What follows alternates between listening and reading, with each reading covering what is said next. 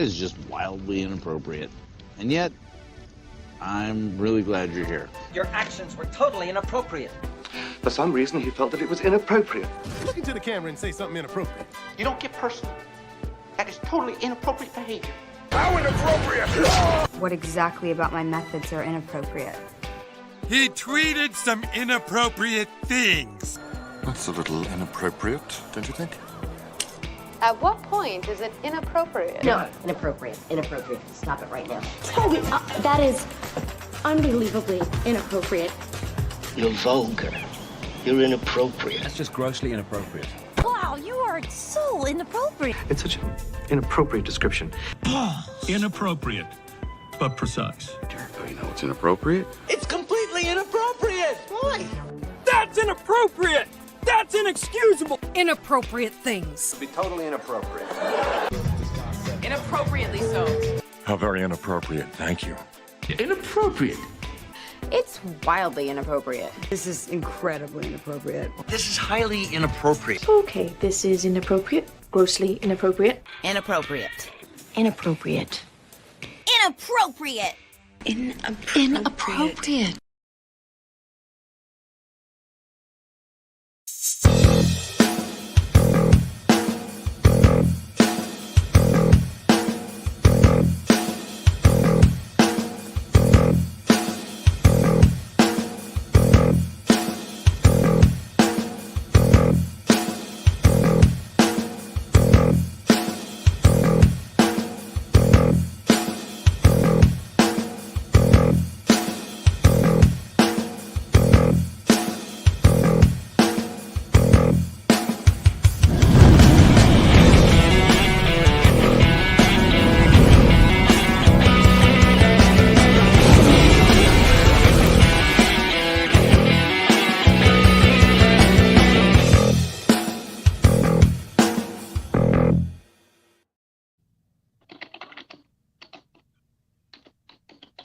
Hello, this is the RPG Pundit, the final boss in Internet Shitlords, and this is Inappropriate Characters. I hope you guys can hear me out there. I'm gonna trust that you can, because that intro was so much more professional than anything we've done before that I'm gonna guess this is actually working tonight. So without further ado, I'll introduce first my co-host Venger and our brand new third man co-host Ryan David, who is now in charge of our technical stuff. That's why we've started on time, and there he is. Hey, what's up? That was quite the introduction. The inappropriate stuff. I recognize many of those movies. So yeah, that was something different, awesome. right? Yeah. Well, hello to everyone, and I see we got a bunch of friends and fans in the chat. Awesome to see everybody in there. Yeah, it's a good start.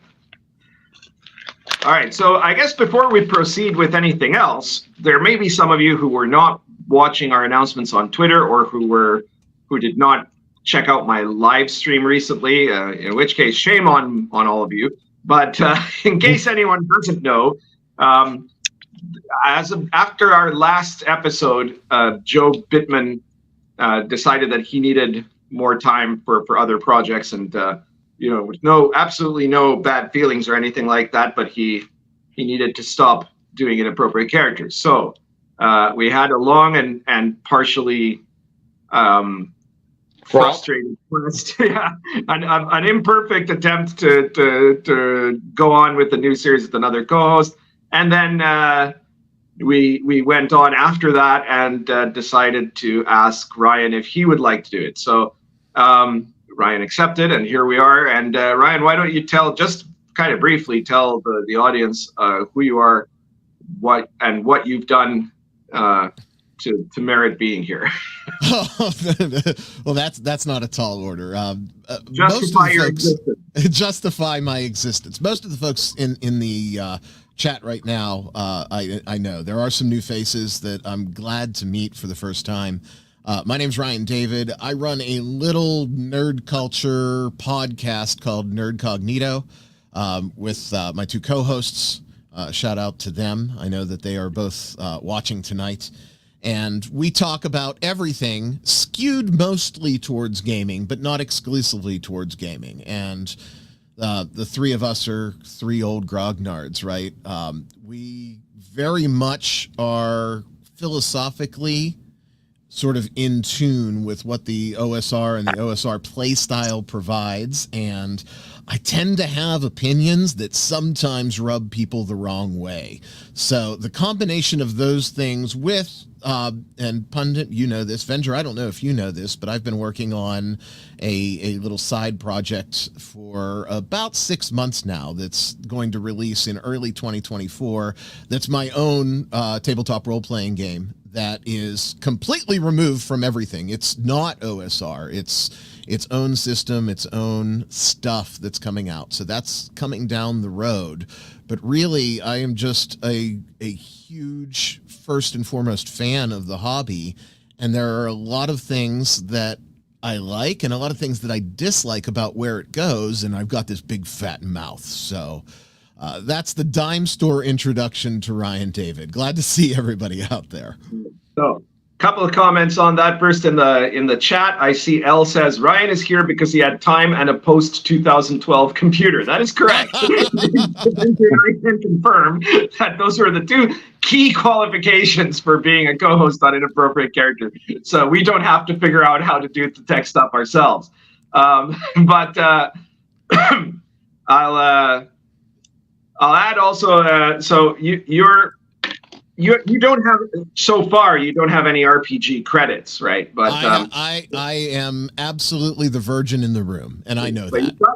You've got your podcast. I do. And aside from that, also you're somebody who has the correct inappropriate reputation, let's say. I don't think you're allowed to be on Inappropriate Characters as a host, at least. Maybe we can have guest stars, but as a host, you have to have like half the hobby hating you, right? So like we had everybody who's been on Inappropriate Characters has either been banned from a lot of places and or had people try to mob them on Twitter, right? And Ryan is no exception. So that was one of the key qualifications met, you know. I'm still making friends this week, Pundit. I mean. Yeah, well, there's that. Just as you're announced on Twitter, there was a very important debate that emerged, which was regarding whether you or Venger are closer to Garibay, because I think there were a lot of people that were really disappointed that we couldn't get Garibay as our third host. You know, and, if only we had gotten Scott Garibay, life would be so much awesomer.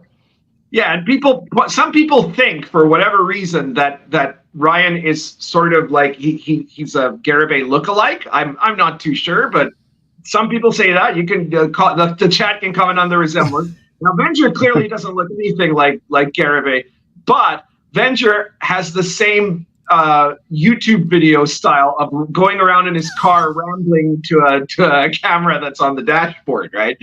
So I don't know, audience. You tell us. Which of the two is closer to Scott Garibay? Please let it be me. Tentacles crossed. Please let it be Venger. I will take the cringe and I will digest it and I will make more tentacles out of it or something. I don't know. Well, it's funny. Scott Garibay is the dude that delivers cold fries because he has to make a video. Yeah, that's right. And Surly Unicorn said not enough car, but oddly enough, and I was talking about this on Twitter too, people have been nudging me to get some shorts out there. And one of the concepts was just to totally spoof Garibay's whole production and do a short once a week on my way to work. So, but you have to figure out how to actually do the impression of Garibay, right? It's not enough to just have you in a car commenting on something, because then people might mistake you for Venger, right? They have to and you don't want that.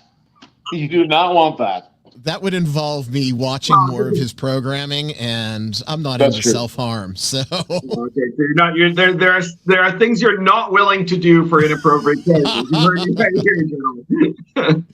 That's smart because there are limits. All right. Well, we can Yeah. accept that. I think it would be. I think it would be Respect kind of a yourself. war crime to force anyone to watch a Garabay video. So I don't think that me and Venger can make you do it. All right. So what are our topics for tonight? Where do we start here? Well, there's a lot of stuff that is on the docket, and probably some stuff that you guys want to talk about that is not.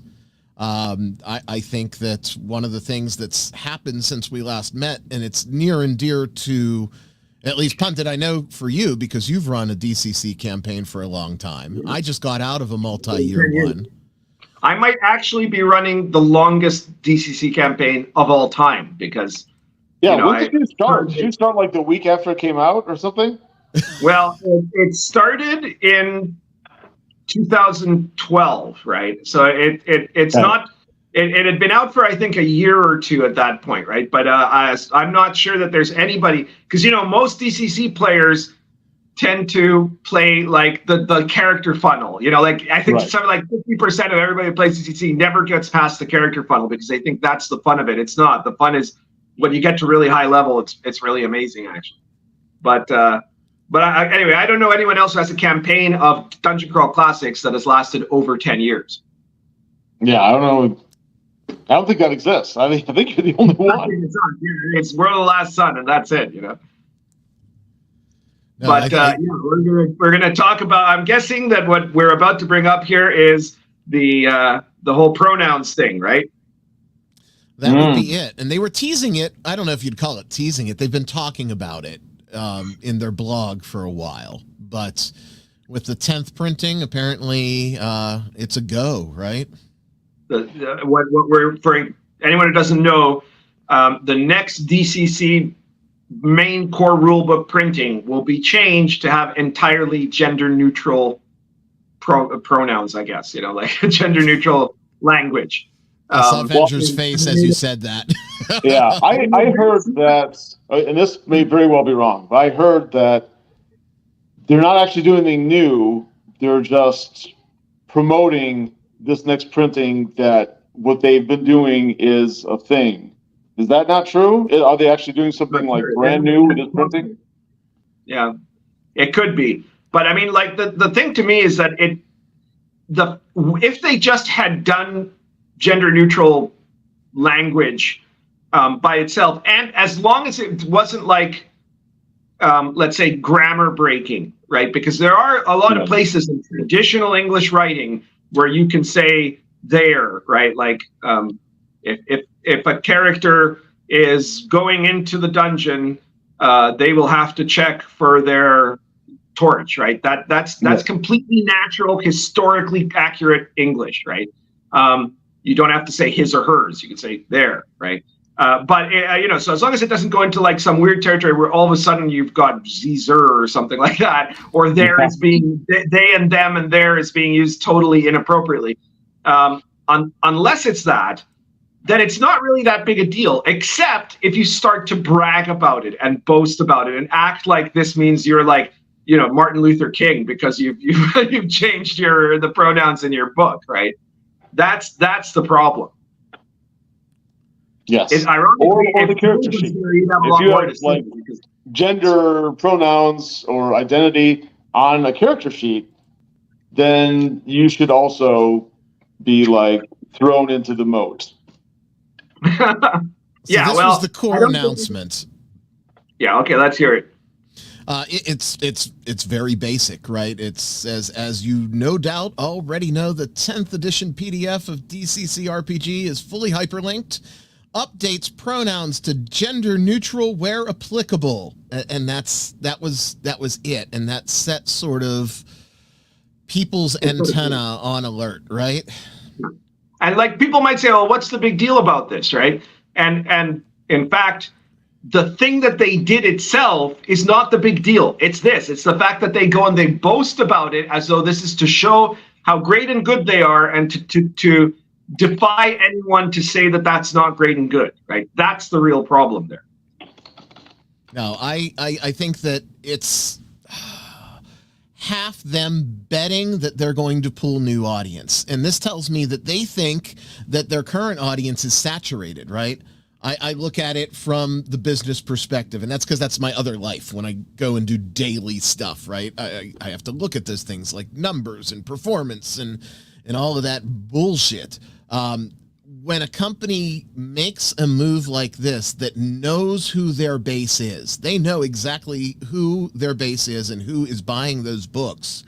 They are saying, and they're waving a banner and shouting it from the mountaintop, we've sold all we can or want to sell to you. And they're looking to reach out. So it rubs me the wrong way. That's the tactic that the woke middle management that has taken over all of the corporate world tries to use also. They say, oh, look, okay, so you're actually selling really well with, white males aged 20 to 45, right? That's really fine for you. But you've got this whole vast untapped market of millions of black transgender lesbians, right? And if you could only just tap into them too, you double your sales, right? And that's how they convince them to go woke, right? And as soon as they do that, and then some people start, some of their traditional fan base feels offended, starts leaving, then the executives just say, well, don't worry, it's going to pick up because we're going to get all these black transgender lesbians, right? And then that doesn't happen, and that's how they go broke, So, but the thing is, I don't know, Ryan, if I'm guessing you might have seen in some of the episodes of Inappropriate Characters, Joe Bittman, the guy that was previously in your chair, right? He was an RPG. He was mostly an adventure designer, who had done stuff for a lot of companies, but one of the companies he worked with quite a bit was Goodman Games. That's where I knew him from the adventures he'd made for DCC. And Job has, anytime we mentioned DCC on here, would go into a rant about how they've been woke for years, right? So in a certain way, Goodman had been really cautious because apparently, the people in charge there, Mr. Goodman or whoever, they have been super on board with the wokeness the whole time, but had been very, very careful not to be kind of virtue signaling about it in that sense, possibly assuming that a lot of their customers just didn't want to hear that, right? That probably there were quite a lot of their customers that were conservatives, but also that probably a lot of their customers as OSR gamers just want to game, right? They don't want to hear political messages one side or the other. They want their games to be about gaming. They want to go, maybe there's more of them that want to go to Trump rallies than to the trans representation march, right? But they don't actually want either thing, right? And that had been really successful for DCC, as it is for most people who engage in that point of view. So one of the things that this is making me wonder is what's changed. And maybe you're right. Maybe it's that they think, maybe their sales are starting to drop, right? Every game has its cycles, and they decided that it was time to see if they couldn't expand the appeal. And they thought this is a good way to do it, which just seems crazy to me. No, I think that the chat's kind of on board with a composite of what we said so far. A lot of them saw the writing on the wall just from what they're telling us right now. And, I really do think that they're at saturation. Venger, how do you know when you're at saturation as an author, publisher, that sort of thing? It's a algebraic metric where your wife's nagging has to quadrilaterally occupy the space of how many boxes of books you still have, minus the hair you pulled out, plus how much you think you can kickstart with nothing more than a pipe dream and a magical sword. I don't know. So based on your hair, you're at saturation.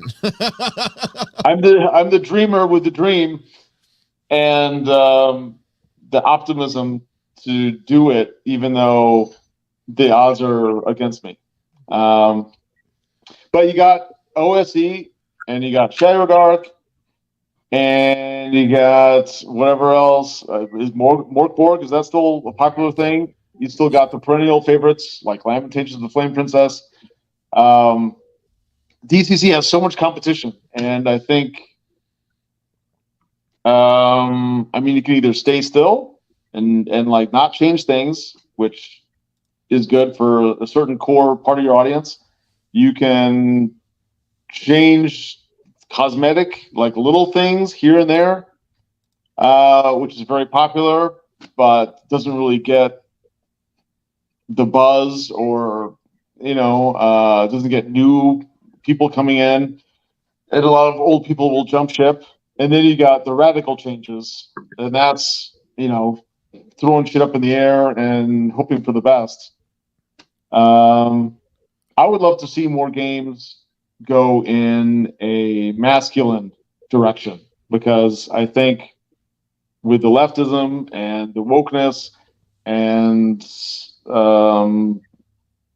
the feminists, whatever, that's kind of like taken over our entire culture. And of course, it's seeped into the role-playing games, just like it's seeped everywhere. So I would like to see a return of, not satirically and getting banned like the role-playing game Men, but I would still like to see a more masculine energy coming out of the OSR. Or it doesn't even have to be the OSR. It could just be like RPGs in general. You can do that without getting silly about it or getting comedic about it, which is fine. I love comedic things too. But you can also authentically and sincerely want something that's got balls and isn't going to pussy out when it comes to, pronouns or 30,000 death saves or power gamer bullshit. We don't have to stand still. We can move forward in like a better direction. And I think a lot of these companies just don't know what to do, because they're like, should we put on a dress or should we put on 2 dresses and makeup? Like, I don't know. Like, no, you put the dress back in your wife's closet and, you come out hairy chested with the Sean Connery Zardoz blood red bandolier mankini. That's your fucking move. That's what you need to do. And I think the RPG industry is too fucking scared and clueless to do that. Okay. Well, we're also fighting for language. About that, but go ahead, Ryan. Sorry. No. I was just saying, just piggybacking on what Venger said. I think we're not at the full extent of the pendulum swing yet, so we're still going to have to fight for the language. We're going to be fighting for stuff like mankind, and it's going to get uglier before it gets better. Right, 2024. It's going to be by the end of next year. It's going to be a foregone conclusion that we not only see the light at the end of the tunnel, we're through the dark forest, and now we're out, and we can see. We can see everything. We've made it through, and things are just going to get better and better. For years and years until then they get worse and worse. Who knows? In 20 years, we might be like the right and the GOP. They've gone crazy with the Satanic Panic Part 2 or something like that. But for right now, the present danger is the radical left and the wokeness. We got to take care of that first before we can move on.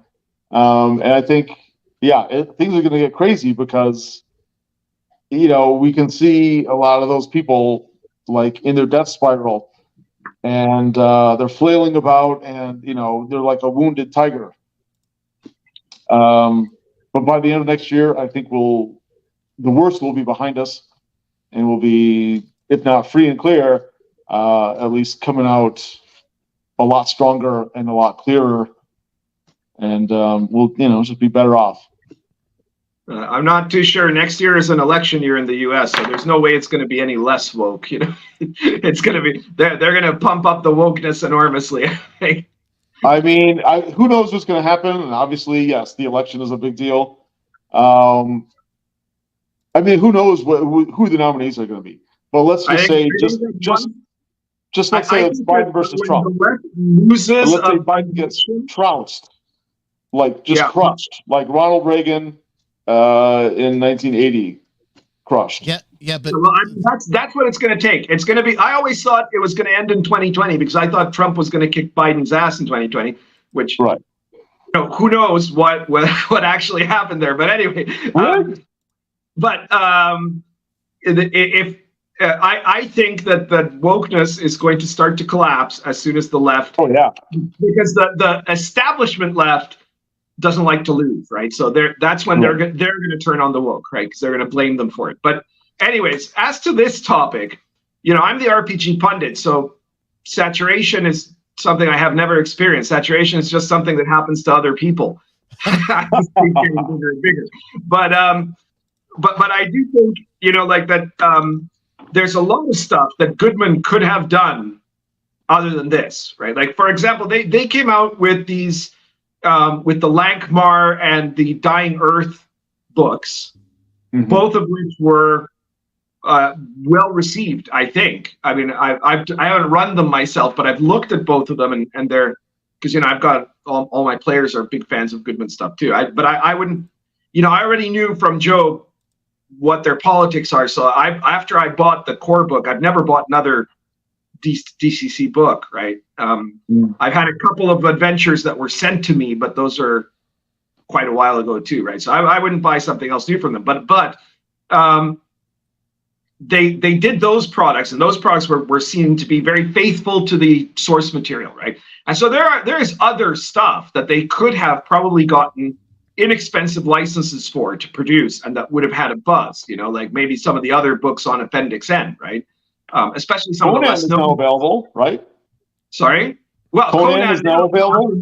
Yeah, that's right. So they could have done that, right? They also could have made their own Gonzo setting, right?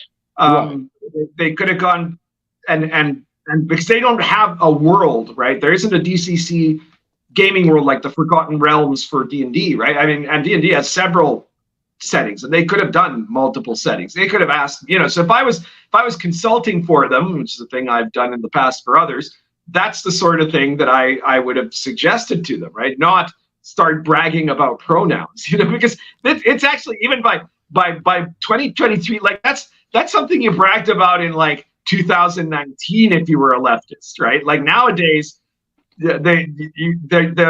the left will just want to attack you if you don't have them, right? But it's not something that qualifies as a virtue signal even anymore, right? Like it's too weak sauce for them, right? Like so it's not like they're going to gain anything from that. I just don't understand that, Now, shout out, first super chat of the night. Thank you to Double D. The radical left is the moral majority from the 80s. Right on, man. In every way that matters. Great job so far, fellas. Love the new look of the show. I agree. Everyone says, is this the new satanic panic? And having a mother that fell for that shit for a limited amount of time as a child and as a youth that was playing the game, I see this as far worse than the satanic panic that we lived through, because the satanic panic was more about posturing for political position, where this is actually about destroying the core foundations of the stuff that we love. So, I think that the moral majority equivalence that Double D pointed out is right on the money, and even more dangerous than the little chick handout cartoons that said, "Oh no, Nancy hung herself." The only way that it would have been equivalent would have been like if instead of trying to ban D&D, the moral majority had invested a large amount of money into all the RPG companies to subvert them, and then basically force them to only make Christian themed games, right? Like that's the difference. The difference is the religious right in the 1980s was an external enemy of the hobby, right? Now the enemy is within, and that's where it becomes way more destructive. So like it's the same thing with movies and comics and everything. Like there were attempts to ban Monty Python's Life of Brian, right, or The Last Temptation of Christ, or stuff like that, because Christians didn't want, they saw that as offensive to them. And so, you know, you could say, well, yeah, okay, censorship in any condition is wrong. These guys want to ban these movies. That's wrong, right? But the left instead has realized is they don't need to ban a movie if they want to like change the message. What they need to do is take over that movie and then directly engage in a destruction from within of having of making a new version of it that implicitly deconstructs, that destroys, and that in fact acts as a kind of punishment for the people who loved it, you know. And that's what they've done with Star Wars, with Indiana Jones, with Doctor Who, with Star Trek, with everything they've touched, right? It's backfiring on them though, and it's losing them literally billions of dollars. So it's a Pyrrhic victory, and eventually they're going to lose. I mean, it's kind of already lost. You lose part of your fan base with the new Star Wars movies, for instance, and then you also lose that influence and that money that you could have used to like make other cool things or to keep your company afloat. I mean, right now Disney is considering just selling itself to the highest bidder because, get woke, go broke. No, and they're collecting. Sorry, any historian knows. Okay, go ahead, Ryan. Go ahead.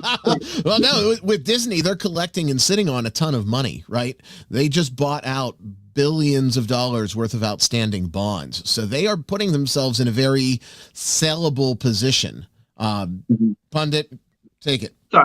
I was going to say that any historian knows that a civilization can be decadent for as long as it wants until the money runs out, right? And I think that one of the things that's happening here is that now the money is running out, right? Things got really good for all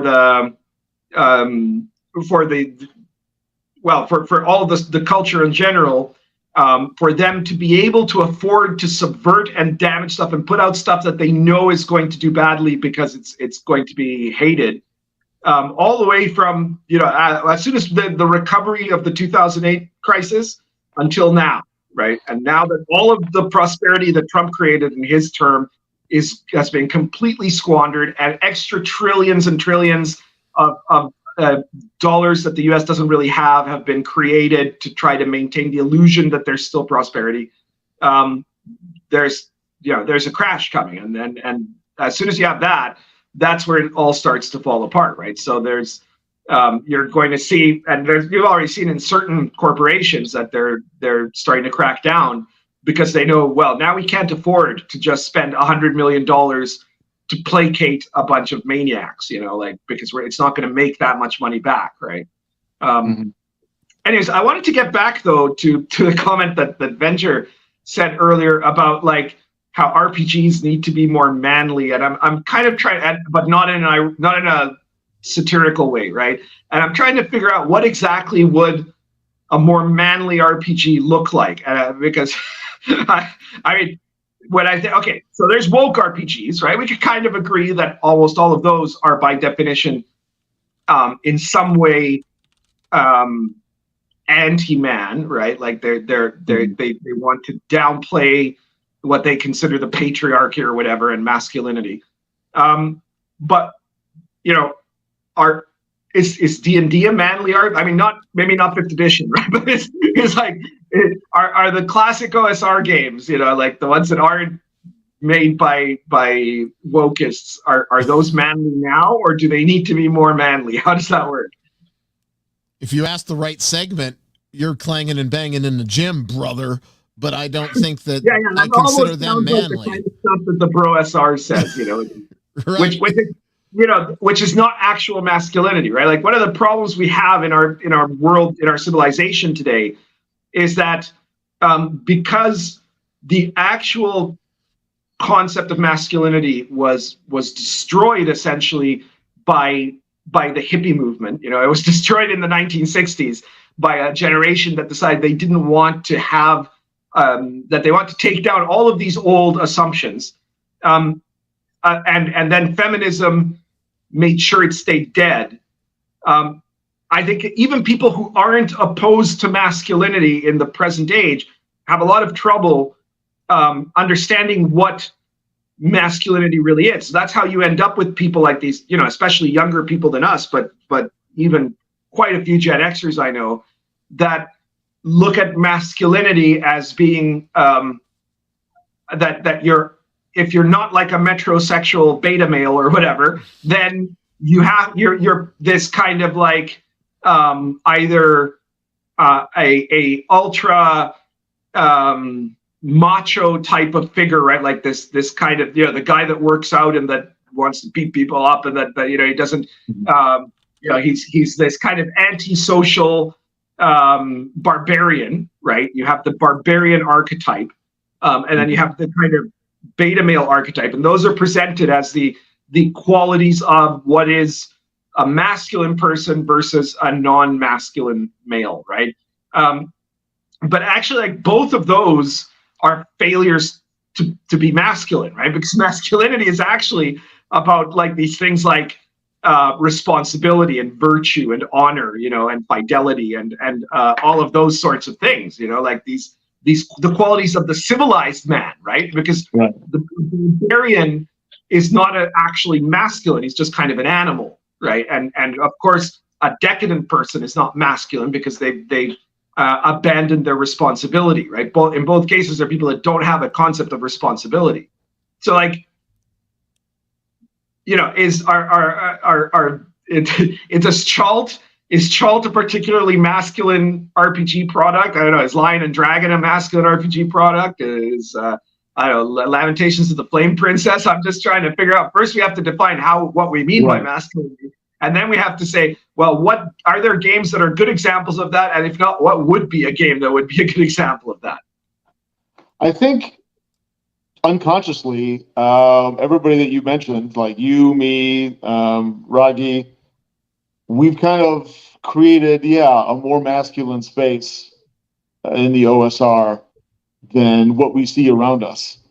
And like you were saying just a moment ago, and me piggybacking on that, so the two sides of the coin, on the one side, you've got the like barbarism.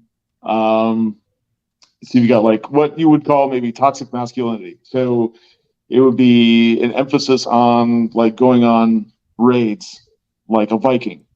You go out, you colonize, you know, you raid, you pillage, and you know, murder and rape, and you know, you steal people's stuff, and you don't give a fuck, and that's, you know, that's that kind of I don't know, power fantasy or like dark masculinity, the dark side of that. But then, you know, you got the Jordan Peterson like order and building civilization and duty, obligation, responsibility, various bonds, you know, law and bringing people to justice, and you know, creating a civilization and an empire that works for multiple people and cultures and, you know, countries or societies. I think, you know, satisfying both of those would be the ideal, because when you sit down to play a game, you know, you want to indulge the fantasy that you can't experience in reality without, you know, going to prison. Diversity and Dragons said chivalry, right? And I mean, that's obviously correct, right? Because that was the ideal of the knights, and you know, and that sort of thing, like bringing villains to justice and bringing order to the kingdom or the galaxy or whatever.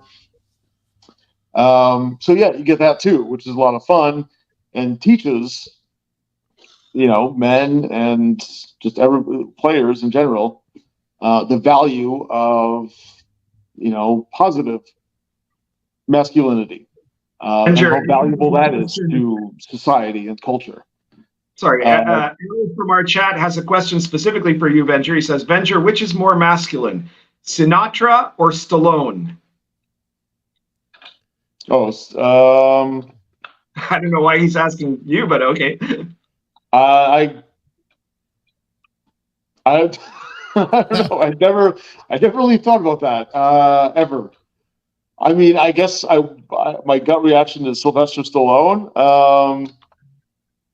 But he's doing Well, I don't reality know. TV now, right? So Frank wins by default.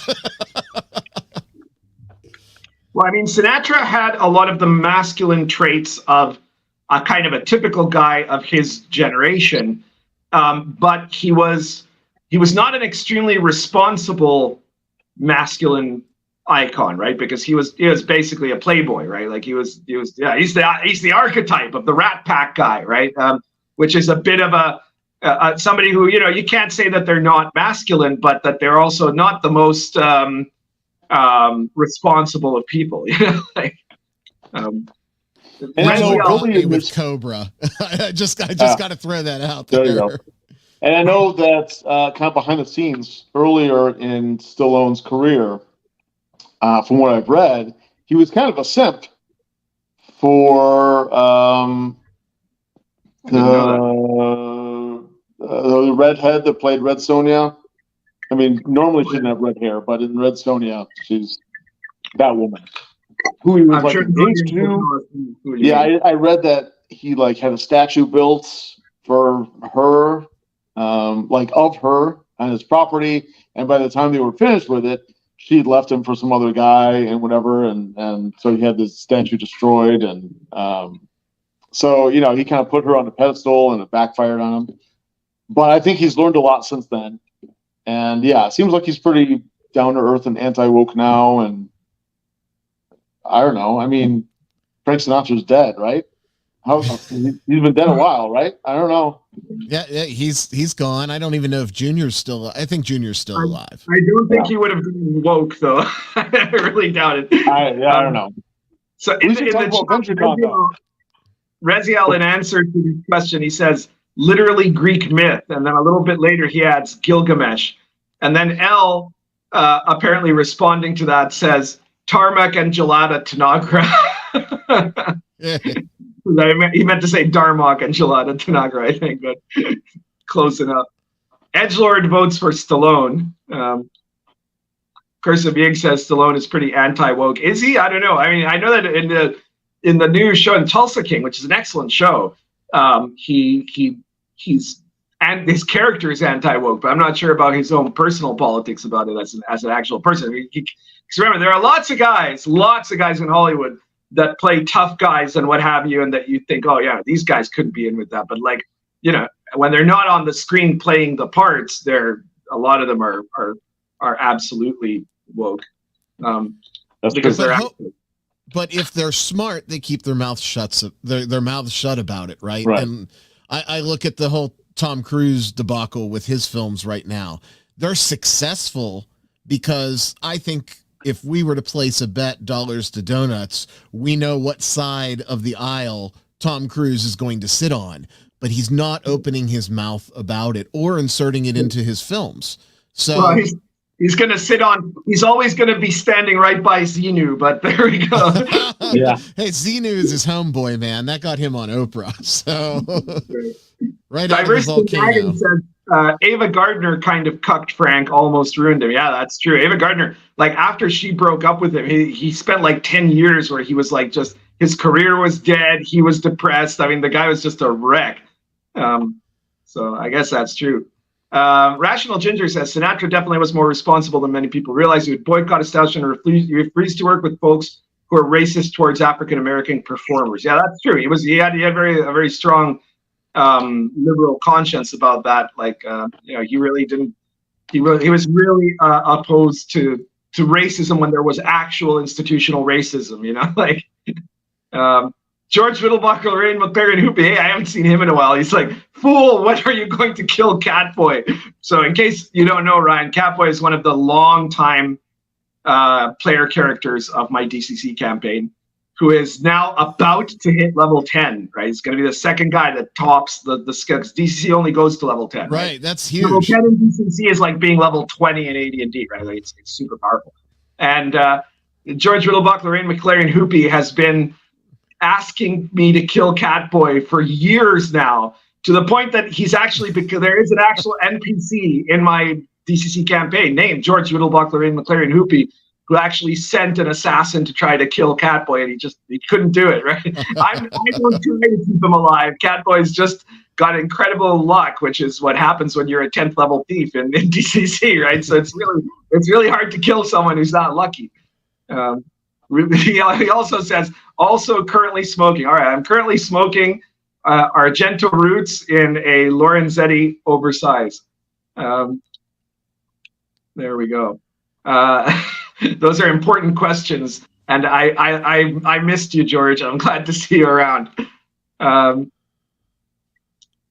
So circling back to our topic, where does this put DCC in a position relative to us individually as players, and our corner of the hobby being generally the OSR or OSR adjacent folks? Like, well, things have to get worse before people realize enough, like, oh shit, we need to change directions, and then things get better.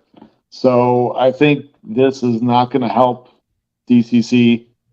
And they're going to realize that if they're going to try to hit those numbers that they want, they're going to have to do something radically different than try to placate, the extra 10% of leftoids that fall within that Venn diagram of loving pronouns and also loving, badass OSR games. Right? Because let's face it, Sparkle Trolls don't buy anything. They really don't. Right. And if they do, they buy the $5 PDF on itch.io. Right. Or they're downloading it from a friend, or formerly the Trove. So yeah, they're giving their $2.50 per month on Patreon to the person that analyzes every Critical Role session on YouTube. Their money isn't going to Goodman Games, and precious little of it is going to go to Wizards of the Coast too, because people are going to jump ship when they realize there's no value. There's only wokeness. Right. Well, we talked about my conspiracy theory on Pundit Stream a couple of weeks ago when he announced that I was going to be here. Mm-hmm. You were out or banned or something. I think it was your vacation week, right? Yeah. And I have this conspiracy theory that, as you brought up with Wizards, they're intentionally devaluing that company because Hasbro wants to unload it, and it's too expensive right now for them to sell that IP. Could be. Don't you think? Well, I've heard that's just now definitely a possibility. It could be the same thing with Disney somehow too. Like somehow someone benefits from these major corporations shitting the bed. I don't know who values or why or how, but in the end, someone's got to be making some money from their failure. So someone named Klaus. Yeah, maybe. Right. Not so much. Probably more, the people, the investors in BlackRock and JP Morgan and whoever that are shorting these companies, but because Schwab, I'm sure Schwab has his own investments, right? But it's not, his deal isn't really financial, right? His deal is political. But we should all get together and short Wizards of the Coast and Disney, like combined. And Venger, then everybody on the show and everybody watching will be millionaires by mid-year next year. Until about 3 months ago, full disclosure, I had shorted Hasbro for 18 months, 7 different times, never lost. So, it's tough. I'm not a guy that doesn't investing myself because I don't, money doesn't matter that much to me. But a lot of people I know from certain, social clubs I'm in are people that make like huge investments, right? And I know that especially around the beginning of the year, or just before the beginning of the year, they were all shorting Hasbro, and they all just picked up tons of money from that. The interesting thing is, though, Hasbro has shed so much bloat that their coming quarter might actually be positive, and that scares me, because what's that going to do other than absolve Wizards of the Coast of what they've been doing?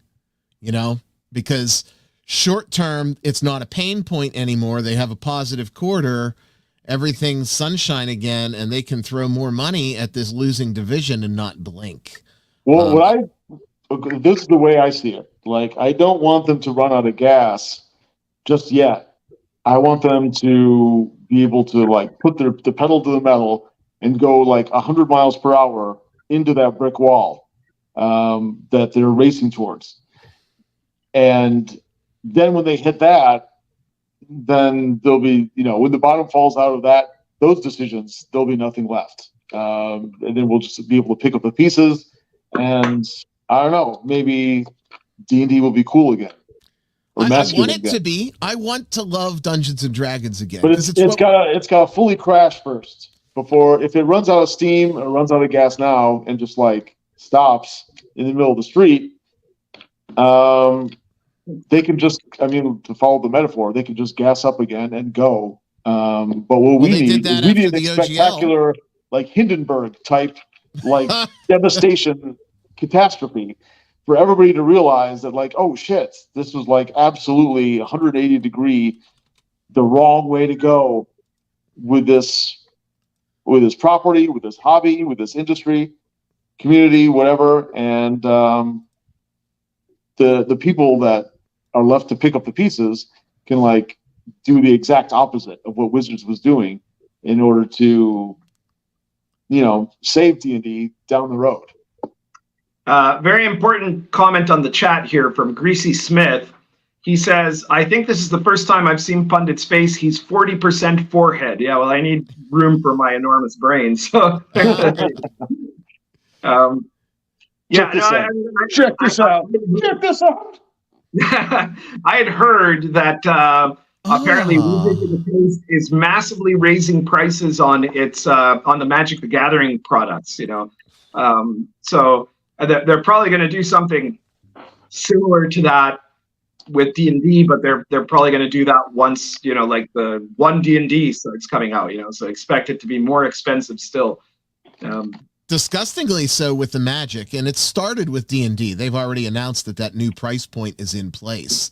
Yeah. And it's interesting that they're squeezing that price point specifically on the distribution that's going to independent game stores, right? Amazon's not getting squeezed. It's the mom and pops that are actually still selling the books and supporting the in-person actual play. I always say online play isn't. But, these stores are getting crushed, and Wizards is clearly moving towards a one SKU combo digital and book package. And then eventually all they have to do is drop the book off of that SKU. Go full. I think they're going to go full digital, except for maybe the core books. I wouldn't be surprised if the core books are gone. Not this hybrid, whatever they're calling it, 1 D&D, D&D 5.5, whatever it is. But if D&D and Wizards are around for the next iteration, I think that you're probably right. Climbing the Mountain says Stunt Garibay is right. Okay. All right. I guess we're getting to the point in the. Oh, sorry. Did you have something else you wanted to say on this, Venger? Well, I'll let you finish your thought, and then let's devote 5 minutes. We've got to get to shilling our products, but go ahead. I could get I have an extra 15 minutes in the tank. So let's finish your thought, and then we'll devote 5 minutes to VengerCon. That's all I'll need. And then after that, the next 15 minutes, we can talk about whatever or pimp our products. First of all, so, But okay, do you want to talk about VengerCon before we shill our products, Venger? Yes, I do. So you went to VentureCon 2. This is the second year that you've done it. Yes. And we want to know, was it as good as last time, better, not as good? And is there going to be a VentureCon 3? And tell us how it went. I'm absolutely doing a VentureCon 3. I'll start promoting that in earnest as soon as I lock down. I have the dates, but I don't have technically a venue yet. There are 2 different hotels that there's a scheduling conflict with. I talked about this in the video on my channel earlier today. One way or another, I'm going to find a venue because Friday, July 19th to Sunday, July 21st are the dates that we really want to do it. I talked to like a dozen people during the convention that all thought that those dates worked really well for them, and my wife is on board, and that's cool. And so 95% sure that those dates are going to stick. But I don't have a venue locked down. I need a hotel. And by the end of this coming week, or next week rather, I should have that also locked down. But to answer your question, it was just as awesome as last time. Just like fewer attendees. Like last year I had about 24, 25. This year I had about 20. So numbers down a little bit. Some of that might be the economy. Some of that is certainly the culture war, like political scene and everything else. This year I ran fewer games and I played in more games. I haven't played a game in a convention in many, many years, but this time I played in 4 different games. So that was really cool and refreshing. Sorry, can I ask you a question? Apart from your own games, which I assume are being played in plentiful amounts, what other games were played there? So I only ran 2 sessions of Chalt and then 1 of Alpha Blue. And I played in a Viking medieval Dark Ages Call of Cthulhu game. I played Wretched New Flesh. My buddy Colin, that plays in my long-term Chalt campaign, ran a Chalt adventure that is a mix of Crimson Dragon Slayer D20 and Into the Odd. It's a very weird system. He's got it up on his blog for free, so if you want to check that out, let me know or Google it. And then Griff Morgan, the guy behind Lost Tonisborg Dungeons and The Secrets of Blackmoor, he was the guest of honor this year. And he ran the Lost Dungeons of Tonisborg dungeon crawl for like a bunch of us. There's like 12 of us, 11, 12 playing in this super old school dungeon. And we had like a mapper and, party order for like fighting and without miniatures though. So it was super old school and that was awesome. So it was really cool. Very laid back and easygoing, and for some people probably too laid back, too easygoing, because there was a schedule of games set and people to run them or whatever. But when everybody showed up and we talked about, at the beginning of the day, and we talked about kind of what we want to do or what we wanted and what we felt capable of, people just kind of like made their own plans and formed their own groups and decided in the moment, like, do I want to play in this game or do I want to play in that game? And there were plenty of choices. There was usually at least 3 games going at any one time. And if there's only 20 people attending and 3 of those are game masters, then, you have a nice 5 to 6 player group for each game. So it worked out really well. I'm very comfortable with that kind of spontaneous, just see how it goes vibe. Not everybody is down with that, but this is a convention named after me, and it's kind of absorbed my good and bad points. So yeah, definitely gonna do a 3rd one next year, and looking forward to that. So yeah, great group of guys. It was a lot of fun. and I would recommend it. Excellent. So I assume next year it'll still be in the same physical location, just not necessarily in the same venue in that. Right. It'll be in Madison, Wisconsin. It might just be at a different hotel, maybe the same hotel. You know, I'm waiting to see on what happens with the scheduling. I had seen on Twitter that somebody had commented that there was lots of Red Room products being played there. So yes, yeah. My favorite is probably Wretched New Flesh. I think that's got. There's not a lot of games out there like that. I compared it to kind of Naked Lunch meets Videodrome. It's kind of like Over the Edge type. Yeah, I mentioned that in my review of the book. So that's, you know, there's not a lot of games out there like that. So that's kind of a cool niche that they've developed, and I think that has the most legs. That's something that I'm interested in getting.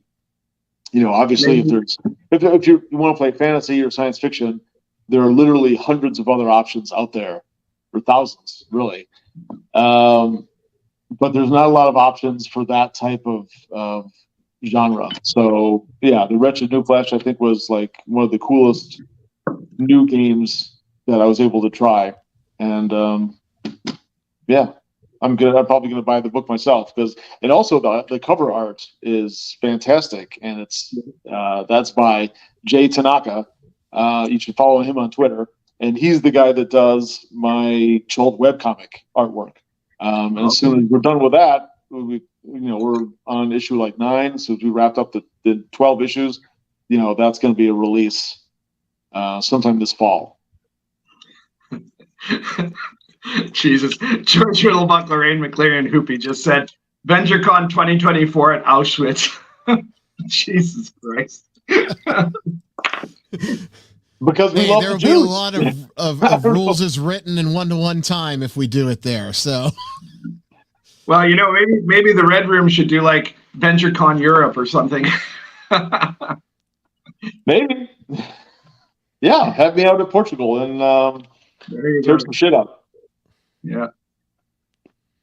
Pundit, congratulations are in order for you. I saw on the Amazon listings. Yeah, well, I guess we're moving into the shilling stage of the night here, and I guess my big deal is that I've got my supplement Wilderlands, for reasons I'm not totally understanding.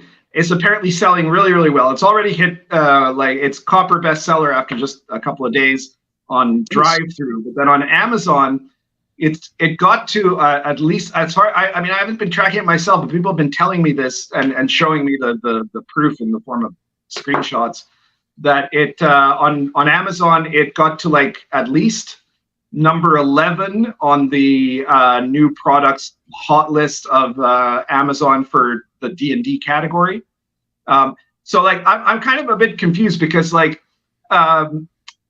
There was already one supplement for Sword and Caravan, which was called Social Encounters on the Silk Road. Now, Social Encounters is a product that is technically from the line of Sword and Caravan, but you can use it in any OSR game, right? Because it's a mechanic for social interactions, OSR style, which is very different than like you know, social skill checks or whatever in new school RPGs. But and it's a very good product. But Wilderlands is specifically a Sword and Caravan supplement, right? Like you pretty much have to have Sword and Caravan to use it. And it's really useful if you've got Sword and Caravan because it's got like the encounter tables for all the areas around the Silk Road. If you guys go off-road during the campaign, you've got location-specific monster tables, and then you've got you've got a set of protocols for the DM to explain, like, okay, so let's say you're playing a kind of a sandbox game. When your characters are in different places, whether they're on the road, off the road, or in a city, what tables to check and the pages to look it up. And then it's got the stats for Oriental dragons, right, for like Eastern style, like Chinese dragons, as opposed to the Western kind, which is something I didn't put into the Sword and Caravan book itself, but I added it on Wilderlands.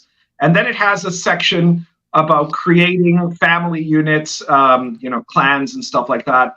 along with like the different social rules of what are the polygamous cultures of the Silk Road, right? Because the Muslims and the Chinese-based cultures both had, multiple wives were a possibility, right? And inheritance rules, and then tables with like inheritances for noble characters that were meatball that were add some magic items and stuff like that, right? So it's a really good supplement, but it's a supplement that I imagined was mostly going to be just for people who buy Sword and Caravan. But the sales, I mean, it indicates. I mean, I guess it might mean because Sword and Caravan was really successful too, right? It's a gold bestseller right now, and it got there quite quickly. So I guess one thing it might mean is that Sword and Caravan players or people that bought Sword and Caravan really bought Wilderlands en masse. But I'm also kind of wondering if like people who don't have Sword and Caravan have been buying it or something for some reason, just because the cover looks really cool or something. But I'm very happy about it anyways. Maybe it's also because I haven't put out a book for a few months, and the first half of this year I've been so dedicated to working on my next big book that I haven't been putting out a lot of stuff. So we'll see what happens there. Neon Cobra just said Sword and Caravan is an awesome book. It is. If you haven't bought it yet, you need to check it out because it's an excellent setting. If you want to play, medieval authentic setting in, the Crusades, the Third Crusade specifically, and the Fourth and the Fifth technically, and to play along the Silk Road, which is an area that hardly anyone has written about in gaming, and that is like unbelievably fascinating, right? Because it's kind of a culture that most people don't know too much about, but that like it's huge, right? In the time period we're talking about, the 12th and the early 13th century, it was the kind of the center of the world, right? Like several of the biggest city and several of the second, third, fourth biggest cities in the world were there, right? And they had like all of these different empires that were clashing with each other for dominion, and until Genghis Khan came and just took the whole thing for himself, right? But you could also use the book for, if you want to run it in a fantasy context, if you want to do something like Al-Qadim but better, that's Sword and Caravan. So yeah, it's been really good. And I'm very happy that it's had that great response. Both Sword and Caravan and Wilderlands, and Social Encounters for that matter. Charlotte Williams says Sword and Caravan has a lot of goodies you can use in other games you're running. Great book. Yeah, it does have. It's got a lot of stuff. I really went more into doing stuff that is like a lot of different random tables with adventure seeds and plot hooks that you can use. There's a lot there that really assists the creation, especially of a sandbox style game where you can have this very dynamic, unpredictable for the DM sort of realistic world, So yeah, that's the main thing that's going on with me right now. There's also going to be more RPG Pundit Presents coming out relatively soon. There's going to be another Sword and Caravan sourcebook coming out. The next one is going to be called Heroes and Villains of the Silk Road. It's going to be a bigger book that has biographies of pretty much every historical NPC that's mentioned in Sword and Caravan, and a few that weren't. Plus, it's going to have the assassin class, right, like the actual Order of Assassins type class. And it's going to have some more wondrous items of the Song Empire, right? Like actual technology that these guys had that was just unbelievable for the time, So be sure to keep an eye out for when that comes out. It'll probably come out either next month or the month after. Keon Cobra, says the Sufi class is amazing. It looks like a lot of fun to play. Yeah, it is. There are four new classes for Lion and Dragon in Sword and Caravan. And I think they're all pretty interesting. So yeah, that's about it for me. I mean, as well as all my other products. Obviously, if you go to my YouTube, you look in any video in the description. If you expand it, there's links to all my stuff, and be sure to check it out. And you're not going to be disappointed. You know, we're talking about how we were talking about earlier how you know, it would be good to have a D&D that you can enjoy as opposed to what we've got now. But in point of fact, in the OSR, there's a whole bunch of D&D you can enjoy, right? And you just have to buy that instead of the stuff Wizards puts out. So that's it for me, I guess. Venger, you got something to promote? Sure. So I just updated Crimson Dragon Slayer D20, adding like a little new rule that I play tested at VentureCon in a couple different games. This Lavender Moon Dice, which is you get 7 D6 throughout the life of the character, the PC, and you can use those to try to attempt like epic deeds and, you know, mighty feats and, you know, things that would normally be impossible or nearly impossible. So yeah, if you've already downloaded that, it's free.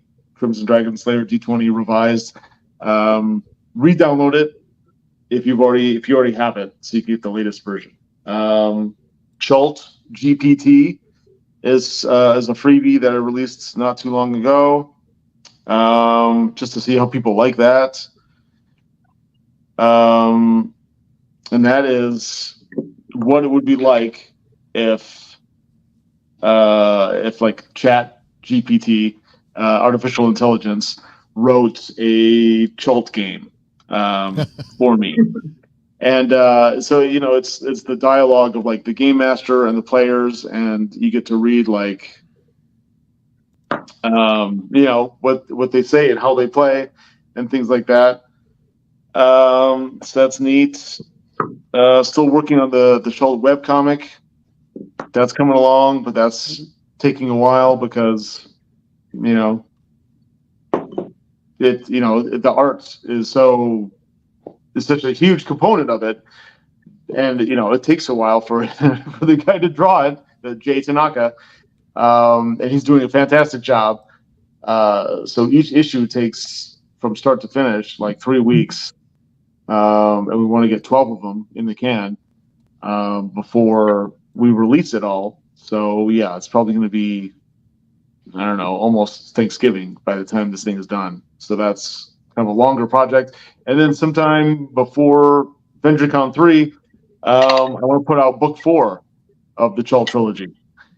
And but first things first, I'm going to get through like the webcomic and stuff like that before we get to that. But I'm looking forward to that because a lot of things that I put out recently that don't have a physical release, they don't have a soft cover or anything like that. I'm going to put that in the hardcover. So I'm going to compile like 5 or 6 of my latest releases into that next hardcover. So everybody that likes physical media, like myself included, can have that.